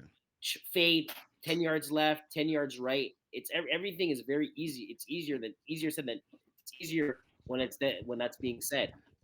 Yeah, 100%, 100%. No, so I couldn't agree more with what you're saying, man. I mean, that it makes a lot of sense because again, it's we talked about all the Braves. He's not throwing to all the Braves players right in that huddle. There's other people trying under other positions, I imagine. So and again, it's the verbiage, right? It's long. It's long. If English is your first language, the verbiage is long, and you're probably going to trip up, especially if you're not familiar with it. For someone that English is their second language, it's not going to be easy. And it's a departure from, like you said. Okay, let's say you line up your wide receiver on the left one, your slot on the left two, your snapper, your receiver on the right. So let's say it goes 1, 2, 3, 4, right? As your receivers, because I know it's 5 on 5, right, with the international rules. So you're saying, okay, so let's say you're going from 1 to 4, or even let's say 1 to 5. Let's say it's 6 on 6 for example. So you're like, okay, post hook drag opposite the rusher, corner hook. So it's easy. But yeah, you're right. When it's like Jack Flipper, 92 Cycle, 83, Jet Sweep, 97, 45, Razor. Like, you're not going to remember all of that, right? So, yeah, I mean, I actually hope that was the reason why Joe Mahu didn't get named to Team Canada, not some political background stuff that he can't control. I mean, maybe if it's not, listen, that scenario for everybody, right? It applies to everyone, right? Demetrio Sinadino, some of the other quarterbacks, Miles Griffin as well. If those guys are able to get the cadence down, well, then more power to them, right? I mean, that's Yeah, something that Joel and maybe will have to work on. I think that's what it was. I think Right, um, they're used to that. It's something that was easier. right, That right, right. that was very easy for the set. So again, as a coaching, like when you're a head coach and you see a guy struggling to not Yeah, understand that, it's a red flag. And then you're doing drills. I heard the drills they were doing where they're like, oh, stay flat footed and make a throw. Like you don't do that in flag. Most of the time, sometimes you're rolling out. Like never. it's very weird. So I feel like they kind of made a decision on based on this. We have two quarterbacks right now that have amazing balls. Miles Gibbons has a crazy ball. Hmm. Michael Connor has a crazy ball too. They have the zip. They know where to put a ball where they want to put it. Yeah. Mhm. Play calling. I think play calling is one of the biggest thing. Joe Meyer excels on his play calling. He's one of the Right, quarterbacks right, that understands how to run plays, and when he runs his plays, it works. So for them, I think it was more we're called take tell you don't make your play calling, they call it for you. We're calling your play calling, and we feel like we can make sure that our play calling is gonna work, but we feel like you can't make the throws we want you to make. Because again, right. don't get me wrong, Joe Meyer is Yeah, an amazing quarterback, but he doesn't have the best arm. He doesn't have the greatest zip. But what he does have, he understands how flag works, and he has one of the best playbooks that works out for him and his team. but yeah, no, you're 100% right. I mean, and that's the fault of scouting. It's like looking at the combine, right, and seeing people running shorts and shirts, playing against air. Oh my God, that guy's amazing, or she's amazing. She could hit a jumper, she could throw and catch a ball. Same thing for football for the guys, right?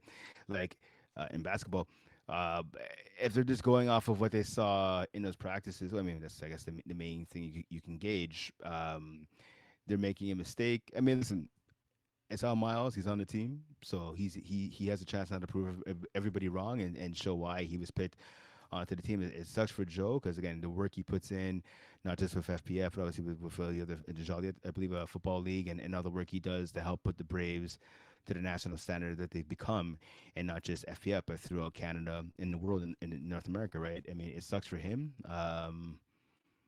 Maybe something happens. I don't know. Again, Yeah, 2028.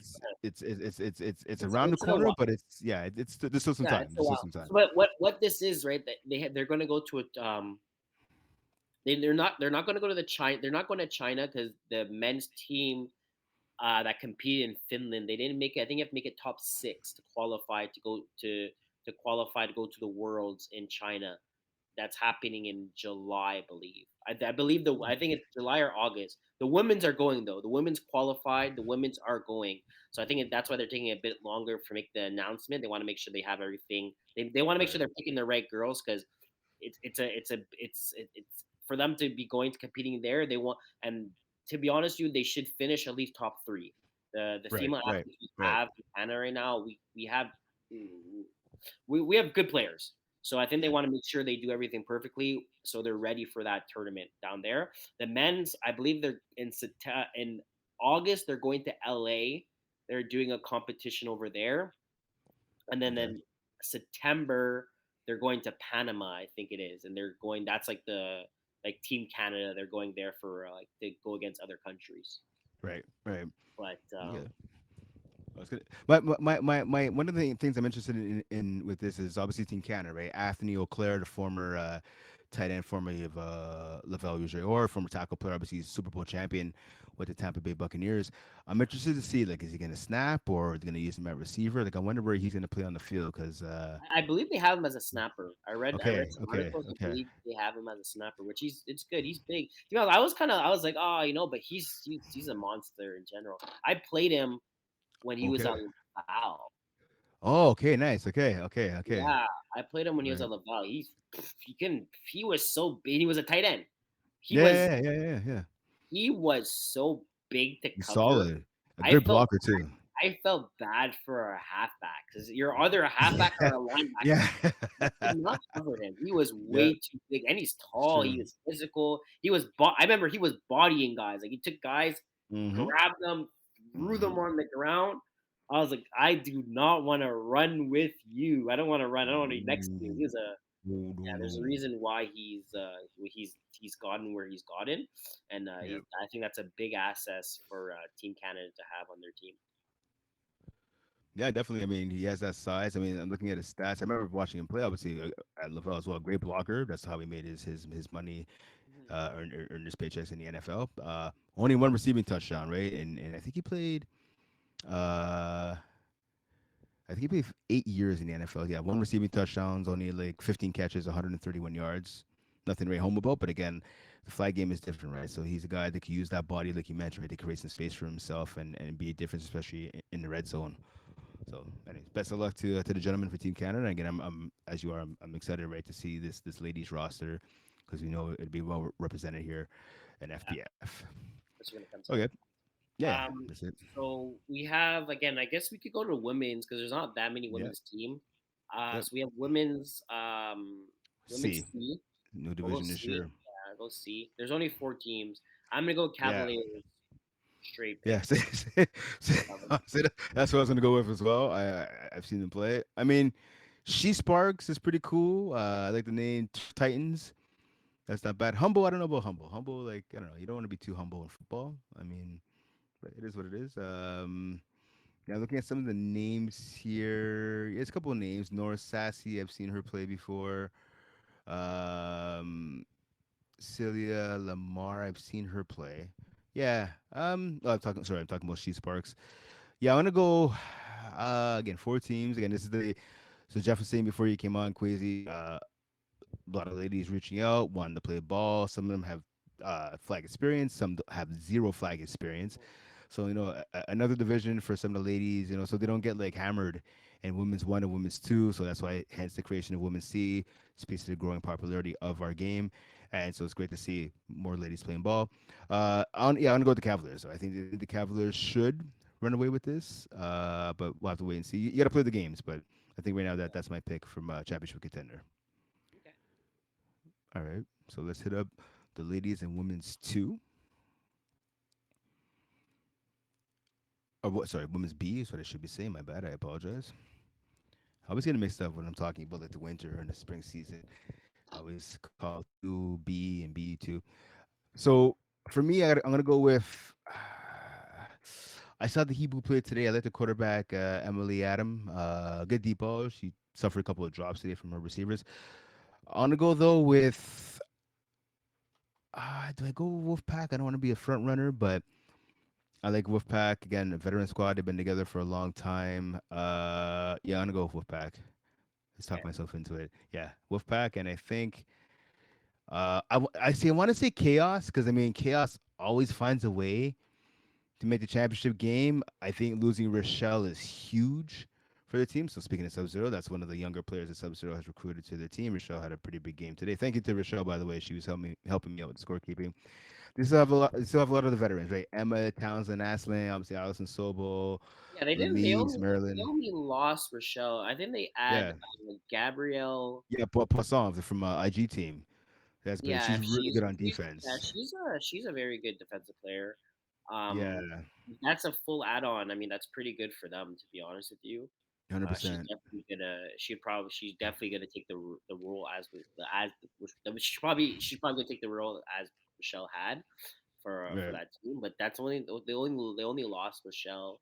They brought back Heidi as well. I Heidi's didn't say that exactly. Yeah, yeah, yeah, so they exactly. have a Russian. I think Zoe's Zoe, also. Zoe Wong's there. She hasn't played yet, So but they have two probably rushers just in case if someone's not there, someone yep. gets hurt. That's again that's a big add on for them. Um, Yeah, yeah. they So still got Gigi. They still have a lot of the veterans. Naomi Alma had a great year for them last year. Yeah, you talk yeah, Leah exactly. Audio kind of Lynch. Okay, you know what? Yeah, I caught myself into it. I'm gonna go with Chaos. I think Chaos, they still got a tough group of ladies. They've been together for a long time. They've definitely experienced some high highs and some low lows. Championship weekend. I hope they use that as motivation to come back. So I'm gonna roll with Chaos. I think they can make it run. Okay. Yeah, it's my pick too. All right. Women's A. Women's A. You know, Sub Zero and Ice Cold is like the same thing. Uh, Yeah, 100%. When they replace it, so I think it's apropos. I think it's exactly how it should be. So it was Sub Zero and Ice Cold outside today, and I got to score keep that game between Ice Cold and Sub Zero, and everybody, myself included, was miserable. It was wet, it was freezing, and yeah, the players were dropping balls because their hands were frozen, and I can't blame them in that. I came away impressed though. I mean, obviously, Sarah Parker, Sabrina Gervais. Again, they added Rochelle, like we talked about. Emily Carrier, or Carrier, I guess you pronounce it. So Caroline Moquin Joubert, someone we talked about a lot on the podcast in the winter. She made plays all over the place for that team. A lot of veterans. Catherine Gaumont on the team, Timur Journeau. So Mathilde Sibyl. I'm not sure if this is her first season with this she was group at of UCAM. ladies. She was at Okay, so UCAM. yeah, okay, so yeah, there you go. Yeah, she was at UCAM. So this is her first year with Sub Zero, I believe. She balled like oh no, it's not her first year with Sub Zero. I'm mistaken. She played last well, she played one game last year. She subbed for one game. I guess she made a good impression because she was all over the field today, making a ton of plays. Great receiver. She's clutch too. She's clutch. She can create separation. And there's another lady I saw on their team. So I don't want to say girl. I apologize, but there was Laura Molimard. I hadn't seen her play before. I saw her profile picture when I was scorekeeping. I was like, okay, she has experience.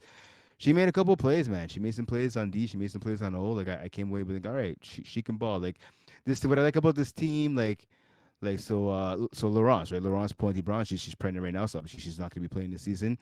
They lose a player like that, and they add a couple of other players now, and they're not skipping a beat, which is why I think this team, this is my choice for championship contender number one in this division.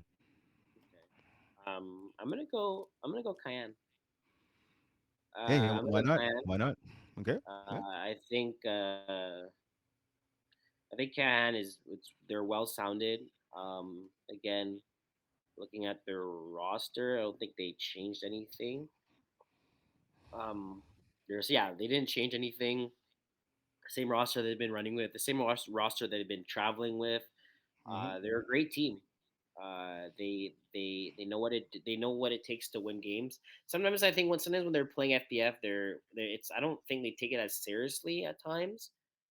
Game for Hmm. their championship game, like I don't know, but everyone's different, and I think for some reason, and I don't want to sound biased to where or like sexist or anything like that. I feel like girls have more fun when they're playing flag other than guys. I don't know. I don't know. I know. They are competitive, but like Okay.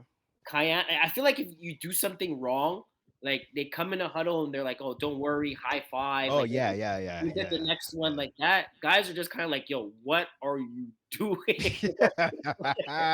like, I can see you doing that too. I do it myself. Trust me, it's 100%, like, what a is this hundred guy percent. doing? And you're kind of like talking under your mouth. You're just like, "Yo, this guy, like today is not his day." Like a straight tackle, and you're kind of like frustrated. I think for them, it's like you miss a tackle, the girl scores a touchdown. They get in the huddle. They're like, "Oh, good job, high five." You know, it's like that. Yeah, And like yeah, you would think, okay, you're like, okay, well, Quaysie, like maybe that happened like once where it's the beginning of the game, and then they miss the tackle, and then they kind of get together. It's only a 6 point game. No, no, like if they're down by like 12, 15, 18, 17, it's the same thing. They get along, huddle, break, high five, let's go next play. And I think it's like this with a lot of teams that I see, a lot of female teams.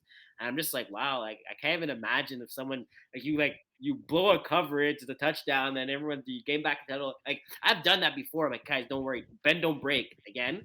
But like yeah. after the third time, if you're missing three tackles, I'm done with you. I'm just like, nah, get him off the field, or like I don't. I want him to know that I'm upset with him.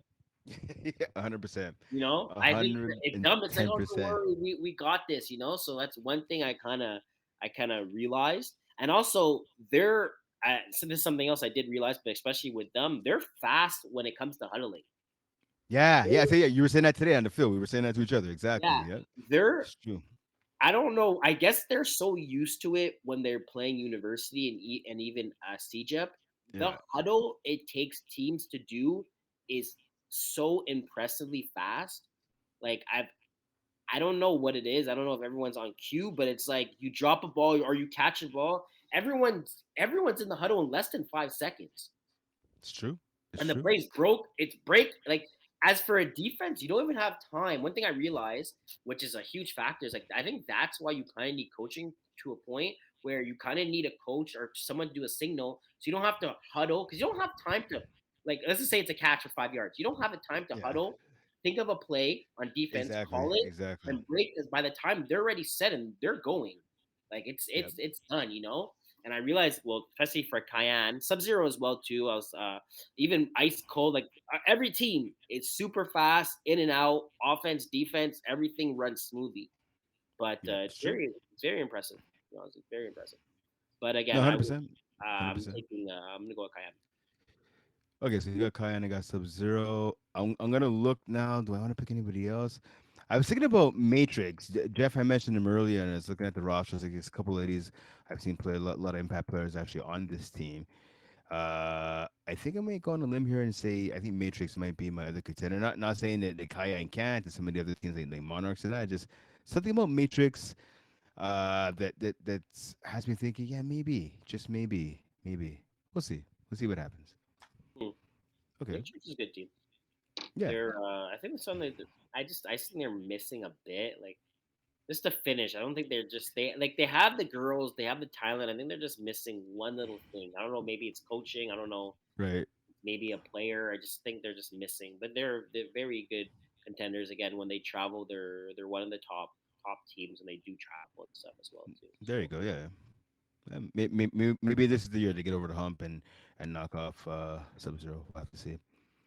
All let's right. go to intermediate. Let's Chloe go five. 3. Okay, 5v5. Okay, cool. Yeah, let's switch it up a bit. All right, fair enough. Fair enough. Intermediate. So a bit of a change, right? This year, instead of three divisions, so there's competitive, intermediate, and recreational in the winter. Now, you're saying, right? So only intermediate and competitive. So a bit of a difference.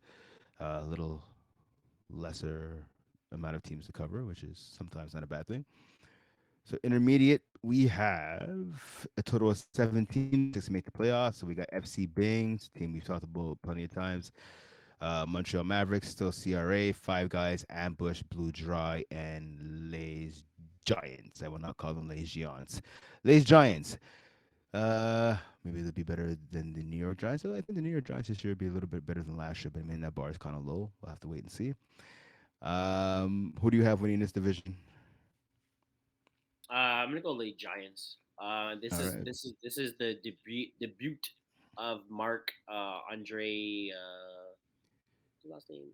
Mark Andre. Reeves. Yeah, Reeves. This is debut Right. in 5v5. He's way too good for 5v5. His casting. His core Right. casting is pretty much most of his guys that play on his team for Division A. Okay. So I'm pretty much it's like the same team. So he's well. He knows he knows his players. Great defense, good offense, especially for him, kind of moving the chains. The only thing is he can't use his legs, right? Can't run. Yeah, yeah, Um, yeah. That there you go. That's why I'm not he's picking them, but fair he's enough. very when he's able to run, he's a two-way guy, right? So 100%. you kind of could kind of base his stuff on okay, he can't run, he can't break on the run, so he can maybe focus more on a defensive front, kind of throw some Right. more things at him he doesn't see. The field's a bit shorter, so you kind of take Mhm. away anything underneath, make him use his arm, but he has a great arm as well. But the only thing is he can't run, but he has a great arm, and I just think for intermediate, I think he's probably one of the top quarterbacks in the division. And Mhm. the fact that he's able to be around his core unit with him during this journey, smart guy too. So I'm sure he's kind of adapting how to kind of run things and kind of have the play calling play system. I believe by maybe like week 5, week 6, week 7, he's going to kind of get used to it. I'm sure he's also seeing other teams that are in competitive how they're kind of running their offense as well too. So he's going to try to pick some things out here and there. But yeah, Mhm. I have them winning it all. Okay, it's interesting. It's interesting. I look at this division and we see, pardon me, you see a lot of veteran teams like Vultures, obviously Kicks My A's. Oh, sorry, my bad. I went to the wrong division here. Sorry, I went back too far on my laptop. Sorry. Yeah, so Ambush, spin off of the Vultures, basically. Still CRA. I mean, I like some of their guys on their team. It's five guys as well. I'm looking at this five guys team. I hadn't seen this team yet, so let me It's like hop into them now. Matt Lepage. Oh, okay, okay, okay. Who's the quarterback? What's his name? Quarterback is well, Jared Buck. Yeah, Jared, Matthew Buck. Yeah. stand up dude. Okay, yeah. So he's with Ryan Van Zlet. They were playing earlier today. Looking at yeah, the pass. So James Nguyen, Danny Demore's on the team. Okay, that's interesting. Okay, they got some weapons. Five guys. I think they can get into the playoffs and make some noise. I don't have them as championship contender. I'm gonna go with Blue Dry. A couple reasons. First off, Fred Junot again. He's my quarterback on my Division C team, and I saw him playing Blue Dry 7.1 in the winter season. I came away impressed. Like this guy is big. He has a big arm. He could run. He's athletic. Plays a little bit of defense too. And I like. He's one of those guys doesn't get mad at receivers. Like, even when I watched him playing with his guys and there were some mistakes, he wouldn't get mad. He wouldn't scream at guys. He's always trying to rally like a team player. Sometimes you do need to scream at guys, but whatever it is, what it is. I like him. So he's playing with a couple of guys. He used to play with the McGill Redbirds, so Charles Costet from One Stop. Ian Desjardins, former tenant at McGill. So the McGill connection there. They got some other guys, DJ Brisebois, Cyril Jamal Belfort. So the team right now looks like there's only 6 guys on the team, which makes sense. Again, 5v5. Sam Sakar too is a very underrated player in this league. So I think Blue Dry. Again, this Blue Dry 7.1. This team made a pretty decent playoff run. I think maybe they get over the hump this year and intermediate. Okay. All right. Competitive. Yeah. So let's check this Question out. for you. Competitive. Yep. Okay. Over under. Sooners. 1 win. Ooh. So as soon as 45, I did the first game in Laval. Yeah, I think yeah, you were there as well, right? I mean, I didn't come away thinking they're horrible. They have a lot of athletes on their team. They have some good players. I just think that going up against a lot of these big dogs, I think they're gonna fall short. Like Edward Valme, right? I mean, when I saw his game, he was actually he was guarding Jeremy Murphy. He got a CFO receiver. He got a lot of PIs against him. But Valme is a good player. Avery Klimas mentioned earlier, Carl Aki. They have talent. Their quarterback. So I think I was talking to on the field, Diego Castro Arlano. This dude can throw the ball. He has a bit of a sidearm throw, which is unique, Mm-hmm. but he stops on a dime. He was getting a lot of yards. I think he was playing against the Braves. Like he was breaking a couple of ankles. They got smoked 56-24, but it wasn't because of him. Like he can make a lot of the throws. He's not the tallest guy, but he could run and again he could chuck the ball. So to answer your question, I think you're saying 2 wins was the over under 1 win. One. Yeah, they're gonna at least have one. I think they get 2 wins. I think they get 2 wins. I think they can knock off maybe No Regard, maybe KGP. Yeah, I think at least 2 wins for Sooners 45 for sure. No. Okay. No regard. Over under 1.5. Oof. Oof, that's a good. I mean, listen, last year they had one win right in the winter season. They struggled in the winter. I mean, I ran into Ryan Perry. Is talking to him. I think either week one of the season or just before the season started. I can't remember. And he's like, "No, we're gonna be better this year." I know they added Justin Gauthier, a lot of the same guys, obviously. Well, Ryan, Rashawn, Terry. They got Travis Moses back on the team, so that's huge. He's a guy that's won a lot of championships in this league. And guys like Kendall Myers. They got Julian McLaren Thompson, who I think they had last summer rushing. It depends for it depends on a couple of things. First of all, they can't turn over the ball. Miles Gibbons is their quarterback, the aforementioned Miles Gibbons. Good quarterback again. He does have a penchant for turnovers sometimes. And then this team also has a penchant for not showing up to games. Like not forfeiting, but having multiple guys playing every week on the roster. You're never going to be able to build anything if you don't have a consistent roster. And that starts both sides of the ball, right? Any division. So I think if they can get a solid roster, I could see them winning at least 2 games, but I don't have faith in them fielding a solid roster each and every week. Mind you, it's 5-on-5, so you don't need 6 players. So maybe with the one less player requirement, maybe they'll be able to field a more consistent roster. But until I see it, I'm gonna doubt them. So I'm gonna say 1.5. I'm gonna go under. Under. Okay. Yeah, Uh, you? I'm gonna go under. Under. I'm going Okay, under there you go. Sooners. 40. Okay. Going under Sooners. I don't think they're gonna win a game this year. No regard. Well, Wow. depends. Okay. Well, yeah. Okay. No regard. I'm gonna give them one win, unless they play Sooners twice. Well, let's Oh, find they out right play here. Sooners twice. They play. Ooh, they do play Sooners Yeah, twice. yeah. June I think they're 22nd gonna and share. I think July. they'll share 1-1. So I'm Okay. gonna give Sooners one win, and I'm gonna give one regard one win. I think they're both gonna finish 1-9, 1-9. One and yeah, 1-9, 1-9. Last question for you. Yeah. Raw dogs right now, so That- they're I'm two and looking at zero. them right now. I'm looking at them right They're now. All right. 2-0, so they got an advantage. Do you Yep. think with their schedule that they have right now, right? So they beat KGP, they beat ECWs, they beat two of the Yep. bottom teams. They Yep. have one. They have 6 games. They have 8 games left. They got no regard, Flagmois, no regard again. Kind of funny. MTL Magic twice. Sooners, uh, Party Party Crashers. Crashers, and then The Braves. Braves. Yeah. Do you think It's tough. they go? Do you think they get more than 7 wins in their schedule in this season, regular season? All right. Well, they're 2-0 right now, so they got that out of the way. So they're almost halfway to 7. I think one. So Good you could go question. down. We could go down Yeah. together. Yeah. Yeah. Yeah. No, Yeah. no regard, win or loss. I think they beat No Regard Okay, first meeting. flag one. No, Loss. That's a okay, loss. no regard again, win or loss. I think No Regard actually wins that game. Okay, so Picking an uh, upset. Actually, no. MTL. I don't know. You're giving no regard a lot of. Okay, okay. You know You're what? talking about a team that couldn't win a game last Yeah. season. Well, they won one. They won one. The last game of Oh the year, they won yeah, one. yeah. Sorry, they played. Yeah, I They feel beat. you. I feel you. And you're talking about they're in a whole new format where it's 5-on-5, Right, where they get the right. Okay, discount. fine. Okay, fine. I'm gonna take that one back. I'll take it back. I'll take it back. I get what you're saying, but like I don't know. Maybe I'm biased, and I'm just like, hey, it's impossible you guys win a game or something like that. It's so much different. Right, Um, right. but again, now Okay. they have Mr. Team Canada, right? Miles Gibbons. Yeah, it's true. It's true. I think it's gonna be like a Miles Gibbon revenge tour. I mean, he hasn't been wrong, but in the eyes of many, he doesn't deserve that spot in Team That'd be Canada. pretty sick if you think about it. If Miles Gibbons Yeah, comes in giving and everybody starts, a big middle finger to be like, hey, you yeah, know what? I deserve to be here. yeah, I'll show that'd you be why. pretty crazy. You know what? I'm pulling for him and I'm pulling for that. You know what? I'm gonna stick with my original thing.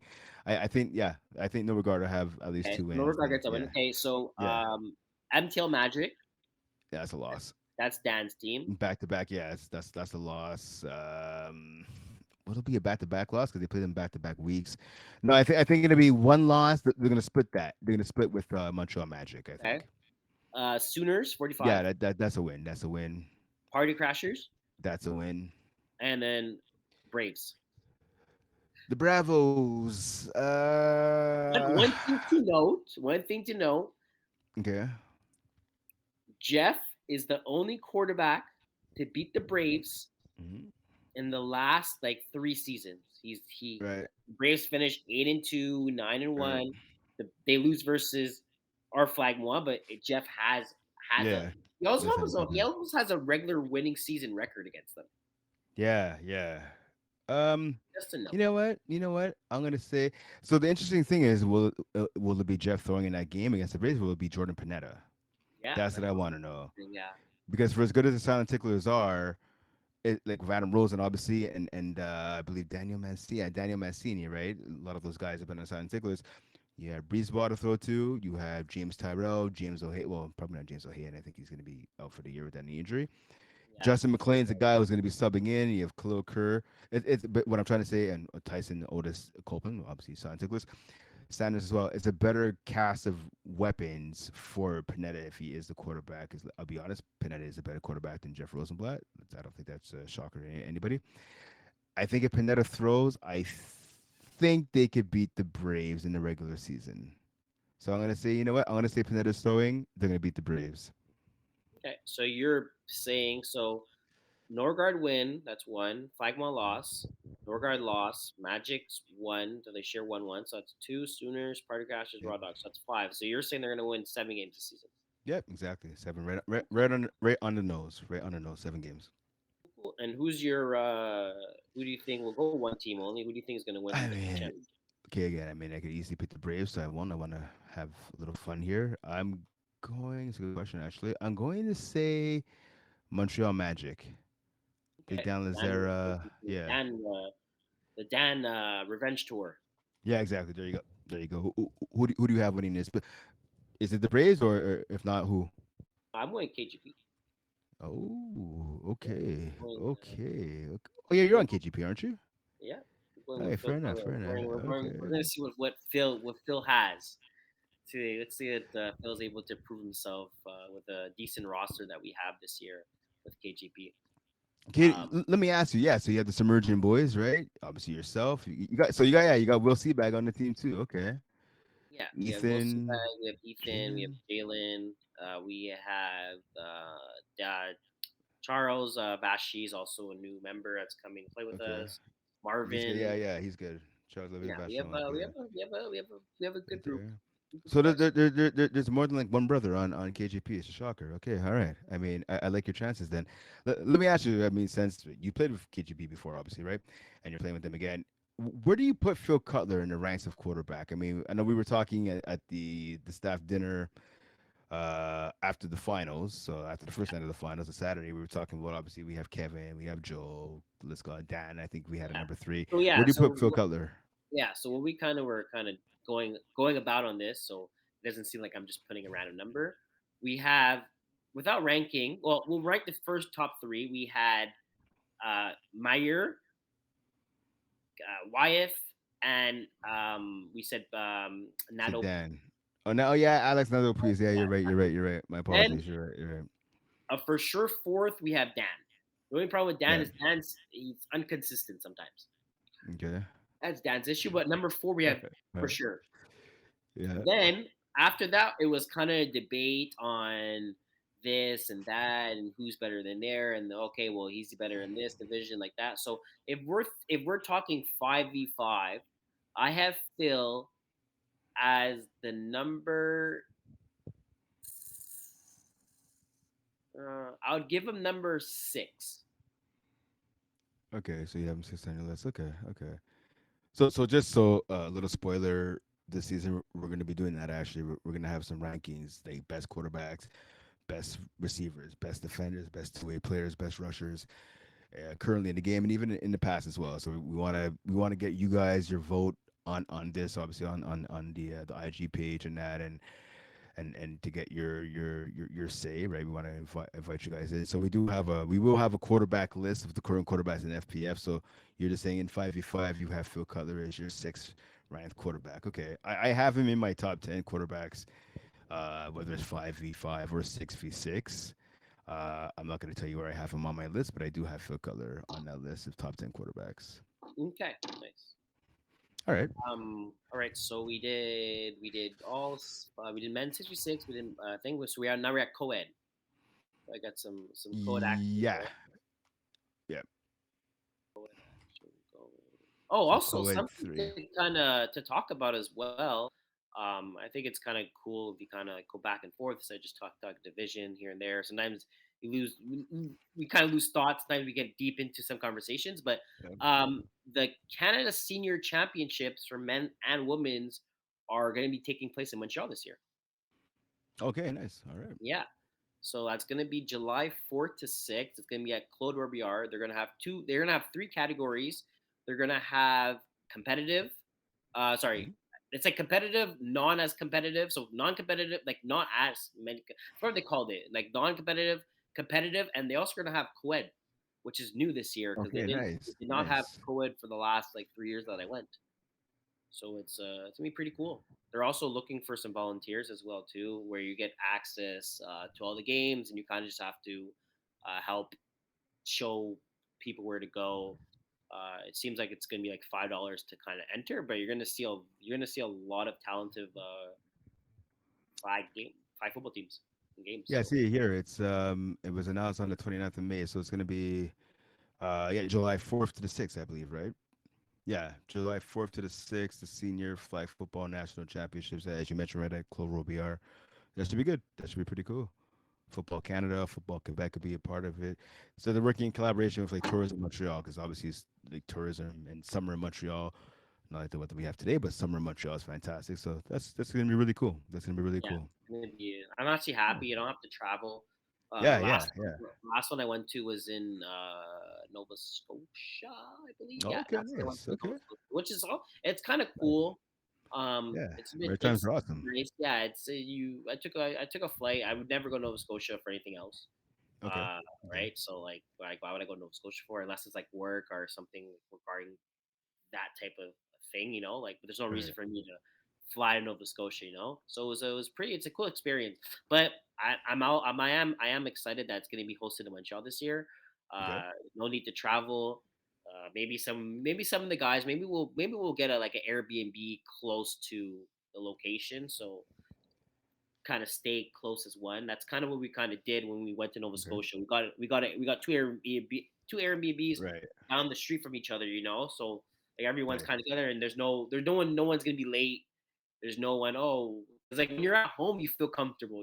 Like, oh, Yeah. whatever. I'm like that. And then all of a sudden there's traffic, and then you're like you missed the Mhm. first game, and that there's no if we're all together. Like we were never late for any of our games. Like Okay. there's no reason to be late. I'm getting up. You're getting up. He's getting up. We're all getting up. We're all getting in the car, or we're walking down the street. Yeah. There's no, there's no, oh, sorry, boys. I went out last night. I'm drunk. I Right. can't. Right. There's none of that Right. because you'd be Right. surprised. When we went to Ottawa, we had a situation like that because Ottawa's still close from home and we drove. Yeah, of So course. It's like 2 hours away. Yeah. yeah, exactly. So we got a hotel, whatever. But like Okay.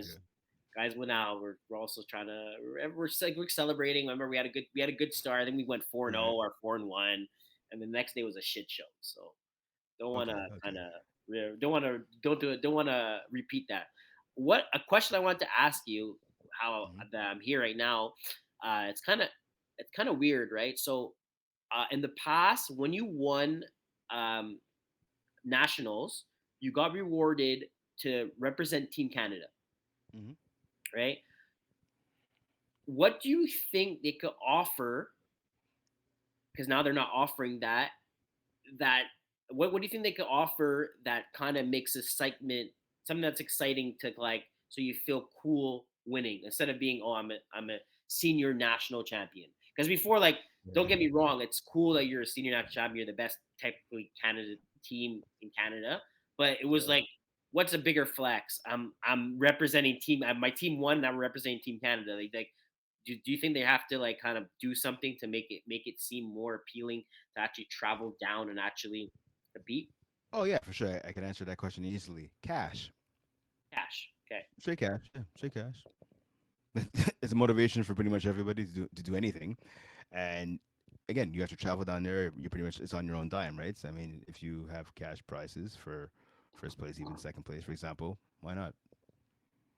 Why not? Especially they're working, like I said, in collaboration this year with Tourism Canada, right? Or Toronto, Montreal, I should say. Pardon me. So there's more than enough cash to go around, right? So Yeah, yeah, so that's what they're all that's exactly what they're offering. They're all offering cash. yeah. Well, there you go. Depending on how many teams sign up, that's what they're going to be giving. So yeah, Yeah, they're offering cash because they kind of. I was yeah, saying again, I was like, they didn't offer it. They didn't offer it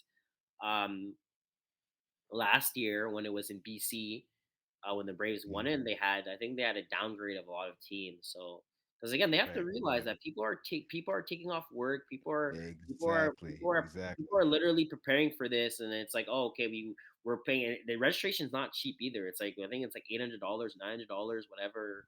Yeah, There it's you not go. cheap, you know. So at least if you're like, okay, well, you guys could come. If you guys win, we'll give you back. You get $2,000, you know. So in your head, you're like, Yeah, okay, well, we paid a yeah, registration. That pays for registration. Everyone gets to pay back yeah, their money, and then we have an yeah, extra maybe $1,000 to kind of go around, and it'll pay for our Airbnbs. It'll pay yeah. maybe for our Exactly. flights or like something like that you feel happy about, and you're also playing something that you enjoy doing. You know, so Yeah, yeah. There you go. Yeah, makes sense. Flash Makes is sense. a great answer. Great answer. Oh, hopefully Um, Montreal could step it up again. They're the host this year. Shout out to Nova Scotia though. The Maritime's awesome. I got some family in Nova Scotia. It's if you ever, I don't know if you ever had a chance to watch this documentary called Africville. It's about actually the birth of hockey, of ice hockey, actually by a group of black people in Nova Scotia back in the day. If you have a chance, check it out. It's awesome. A little okay. bit of unknown Canadian history when it comes to black contributions to hockey. All right, so okay, so this is okay. We're hopping to co-ed 3, right? I believe. Yeah, go at three right now. All right. So co-ed 3 has 17 teams, 12 make the dance. In terms of teams, so looking at, I had a chance to see Kiss My A's. I mean, decent team. After Kiss My A's, when I saw them in the finals, I'm never taking Kiss My A's ever again. Yeah, yeah. Well, although I saw them, they won yesterday at Loyola. I forget who they beat, but I I don't mean, I wasn't care. that impressed. Yeah, It's yeah, like it's like exactly. it's like I got scarred. I don't know how to say it.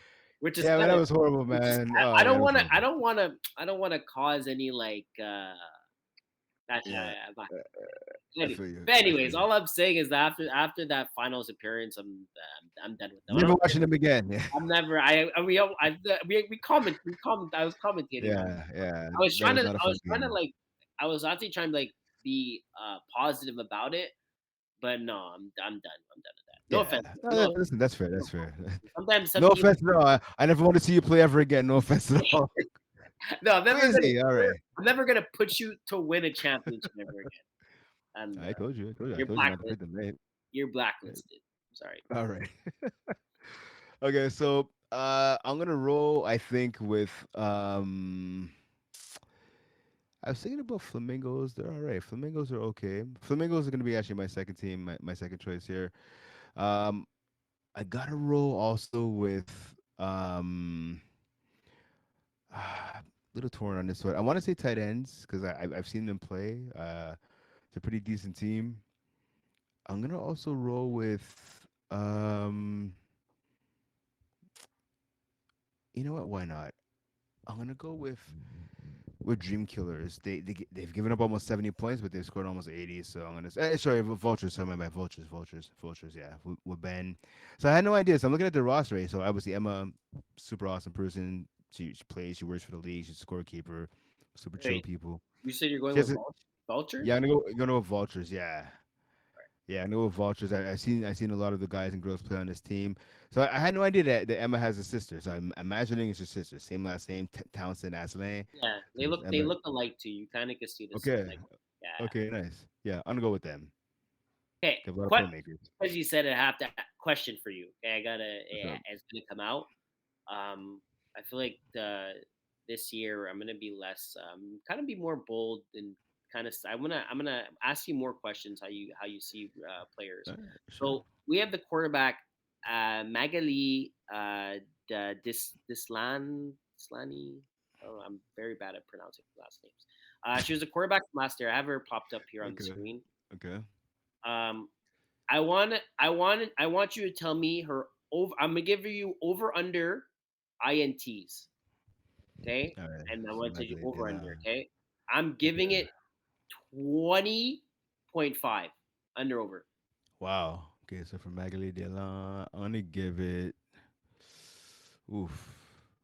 I'm gonna say less than 20. Go under. 20. Okay, Yeah. Last season, she went 22 Oh, TDs oof, and okay. 20 INTs, and she played 7 games. Right now, Right. she's at 3 games played with 6 INTs. Wait, two ITs a game.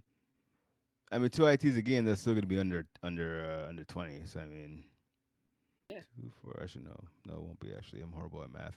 No, I'm gonna say she reins it in a little bit. She'll listen to Ben and Dante and Emma, and she'll rein in the INT. She'll just finish under 20 INTs. Yeah. To be honest, I want her to do that. Like I've seen her play. She's getting better. Hmm. She seems like she wants to get better as well. But I Right. just it's something that me actually I talked to Ben about it too. I actually asked Ben. I asked if he's gonna Okay. send it over. I'm not gonna say what he said. I'll keep that between me Okay. and Ben. But okay, so you have vultures and Yeah, I got vultures. You know what? I'm gonna pick vultures one and team. dream killers. Right? You said I got vultures, dream killers, and I'm thinking tight ends because of the defense. okay.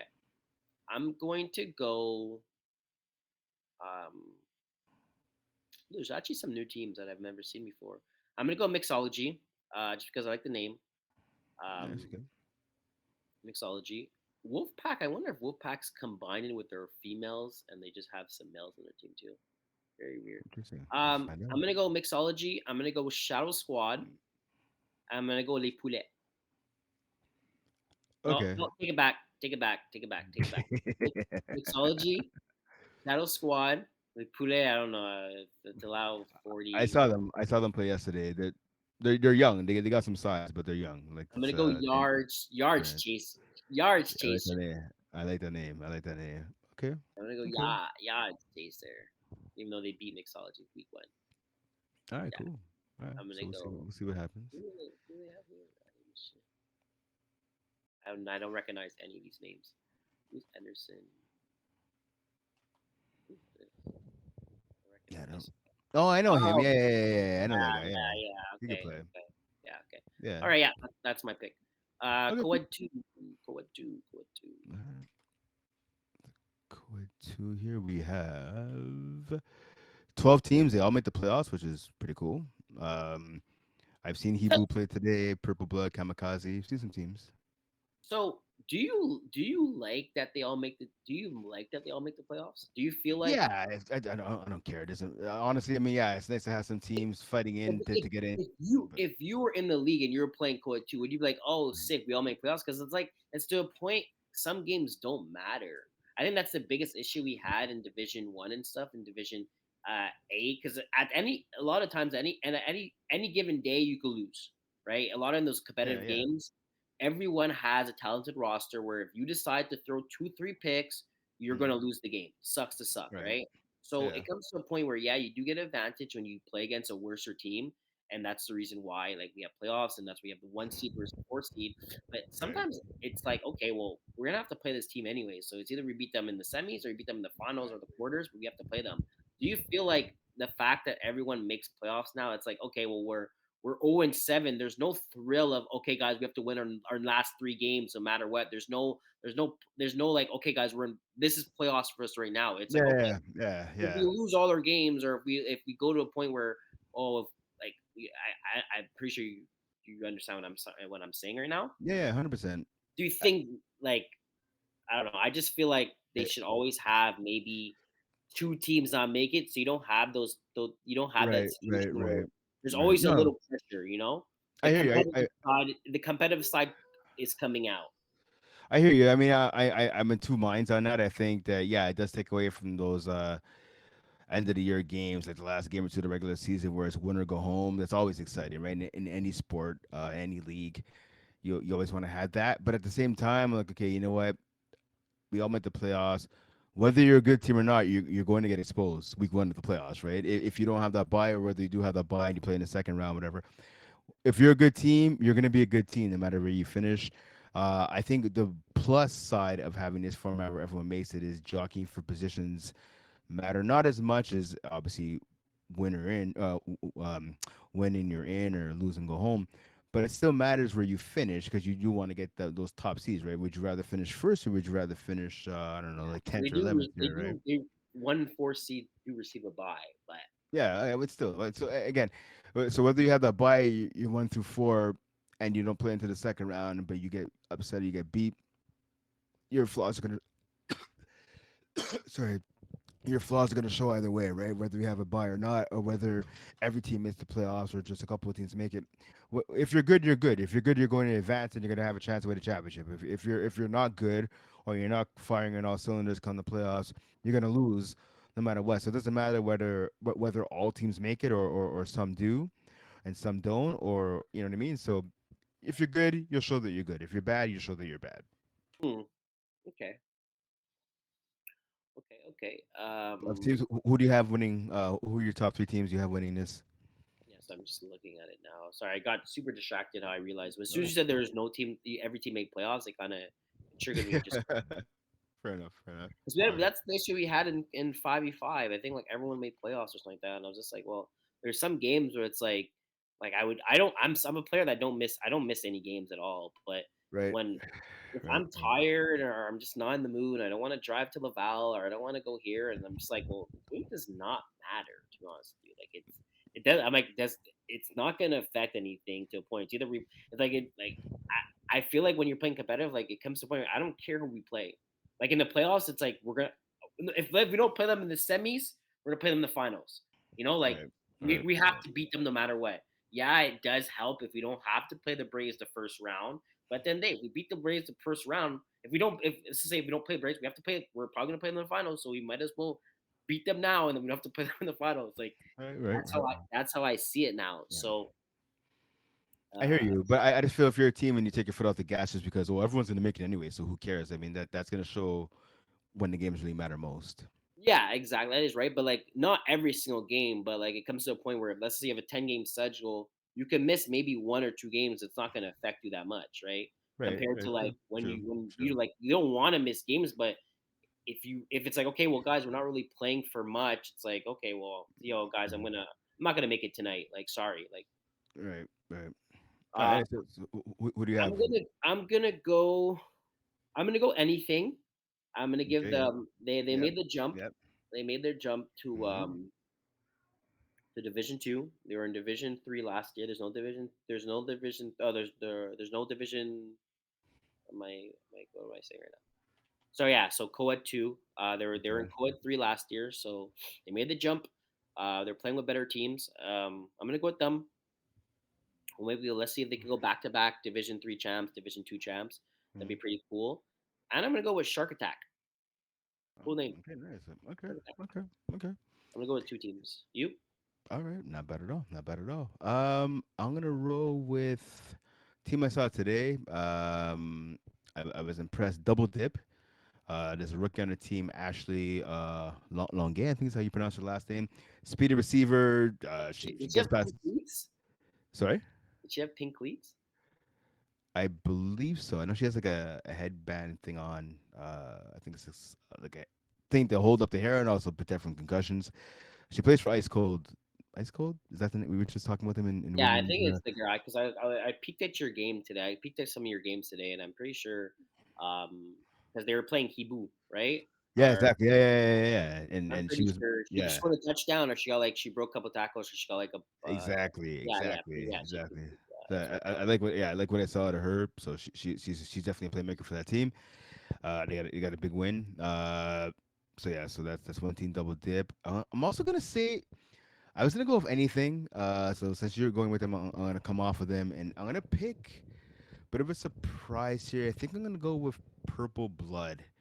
I had a chance to score keep them the other night. I believe it was in Laval. I saw them, and I just came away like I was like, kind of impressed here. Sorry, actually no, sorry, it was yesterday. Yesterday at Loyola, I was like, all right. They had some playmakers on their team. Emma's on that team. Kayla Gauthier is a solid vet. Was on the team as well. I like what I saw. I like what I saw out of them. And Sanders is on the team as well as a quarterback.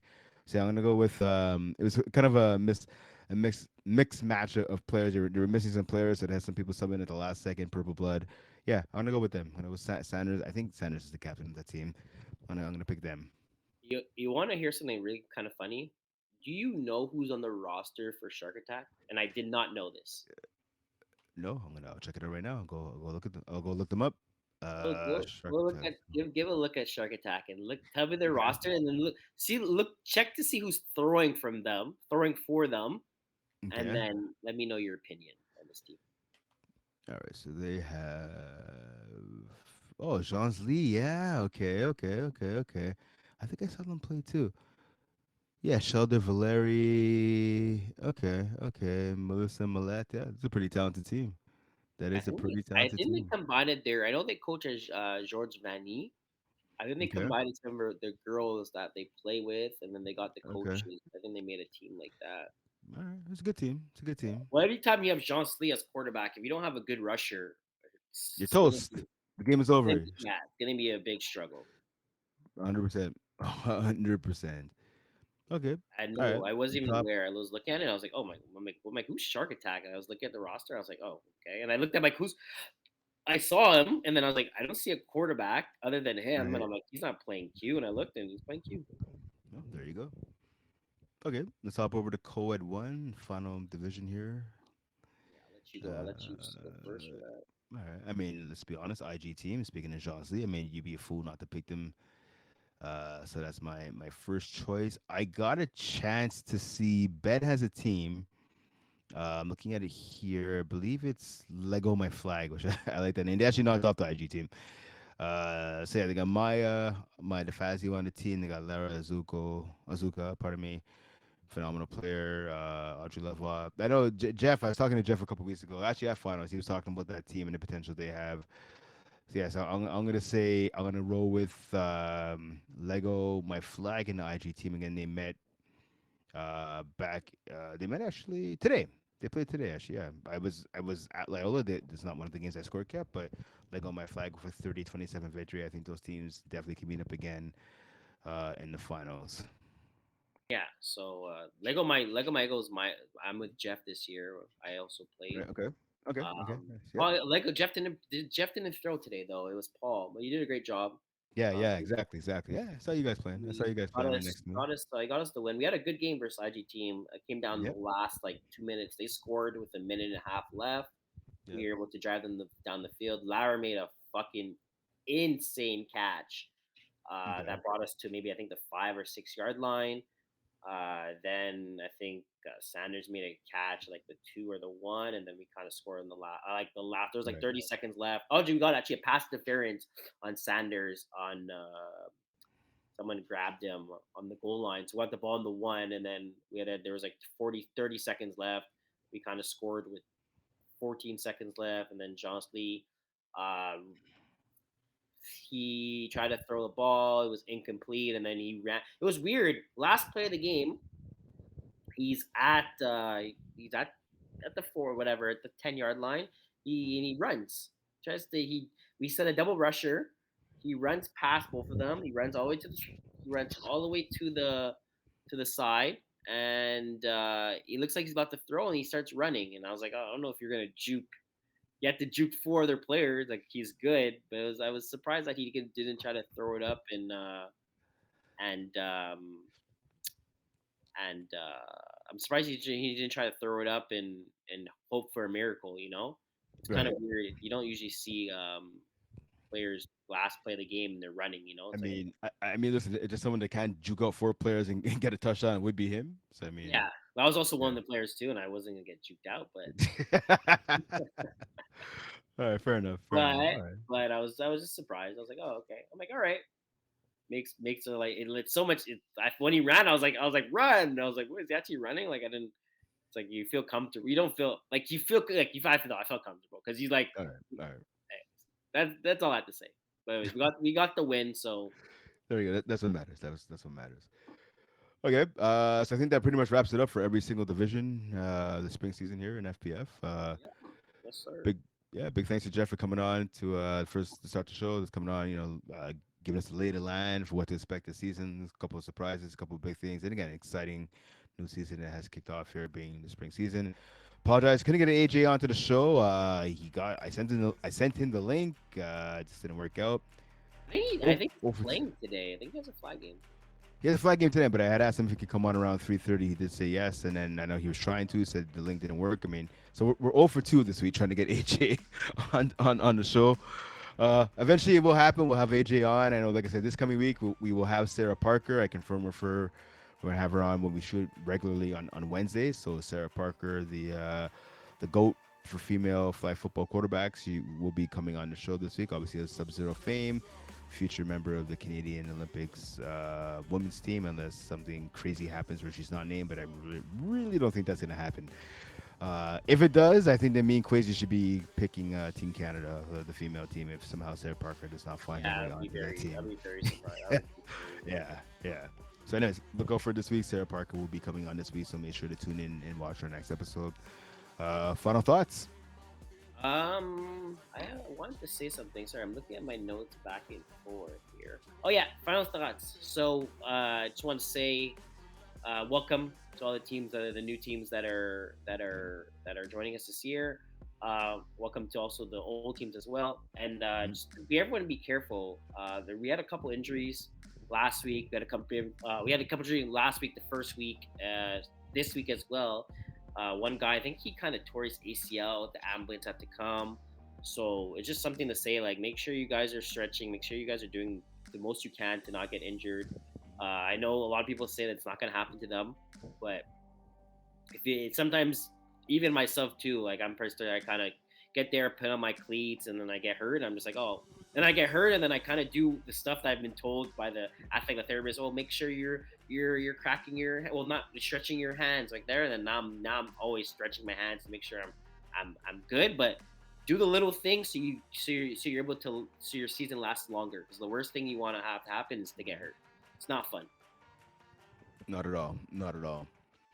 All right, so yeah, stretch. Show up early too. Do yourself a favor. Show up early. Don't get there like 2 minutes before the game starts. Show up early. Make sure. I mean, yeah, the weather ideally is supposed to be nice outside. Doesn't matter. Make sure, like you said, stretch, get warmed up, and all that. Catch some balls, practice tackling with your teammates and that, and just have some fun. All right, so we'll do it for the first episode of the Flat Plus Football First and Goal podcast for the spring season. Thank you for joining us. Make sure to like and subscribe on YouTube, and yeah, I think that'll do it. Thanks to our producer Ali Reza for putting everything together, and we've had him on now for about 2.5 hours. So I'm sure he's like, these guys need to stop talking. I want to get on with the rest of my day. Yeah. All right. Thanks for tuning in, and we'll see you next time. He's Quaysie. I'm Brent. Peace.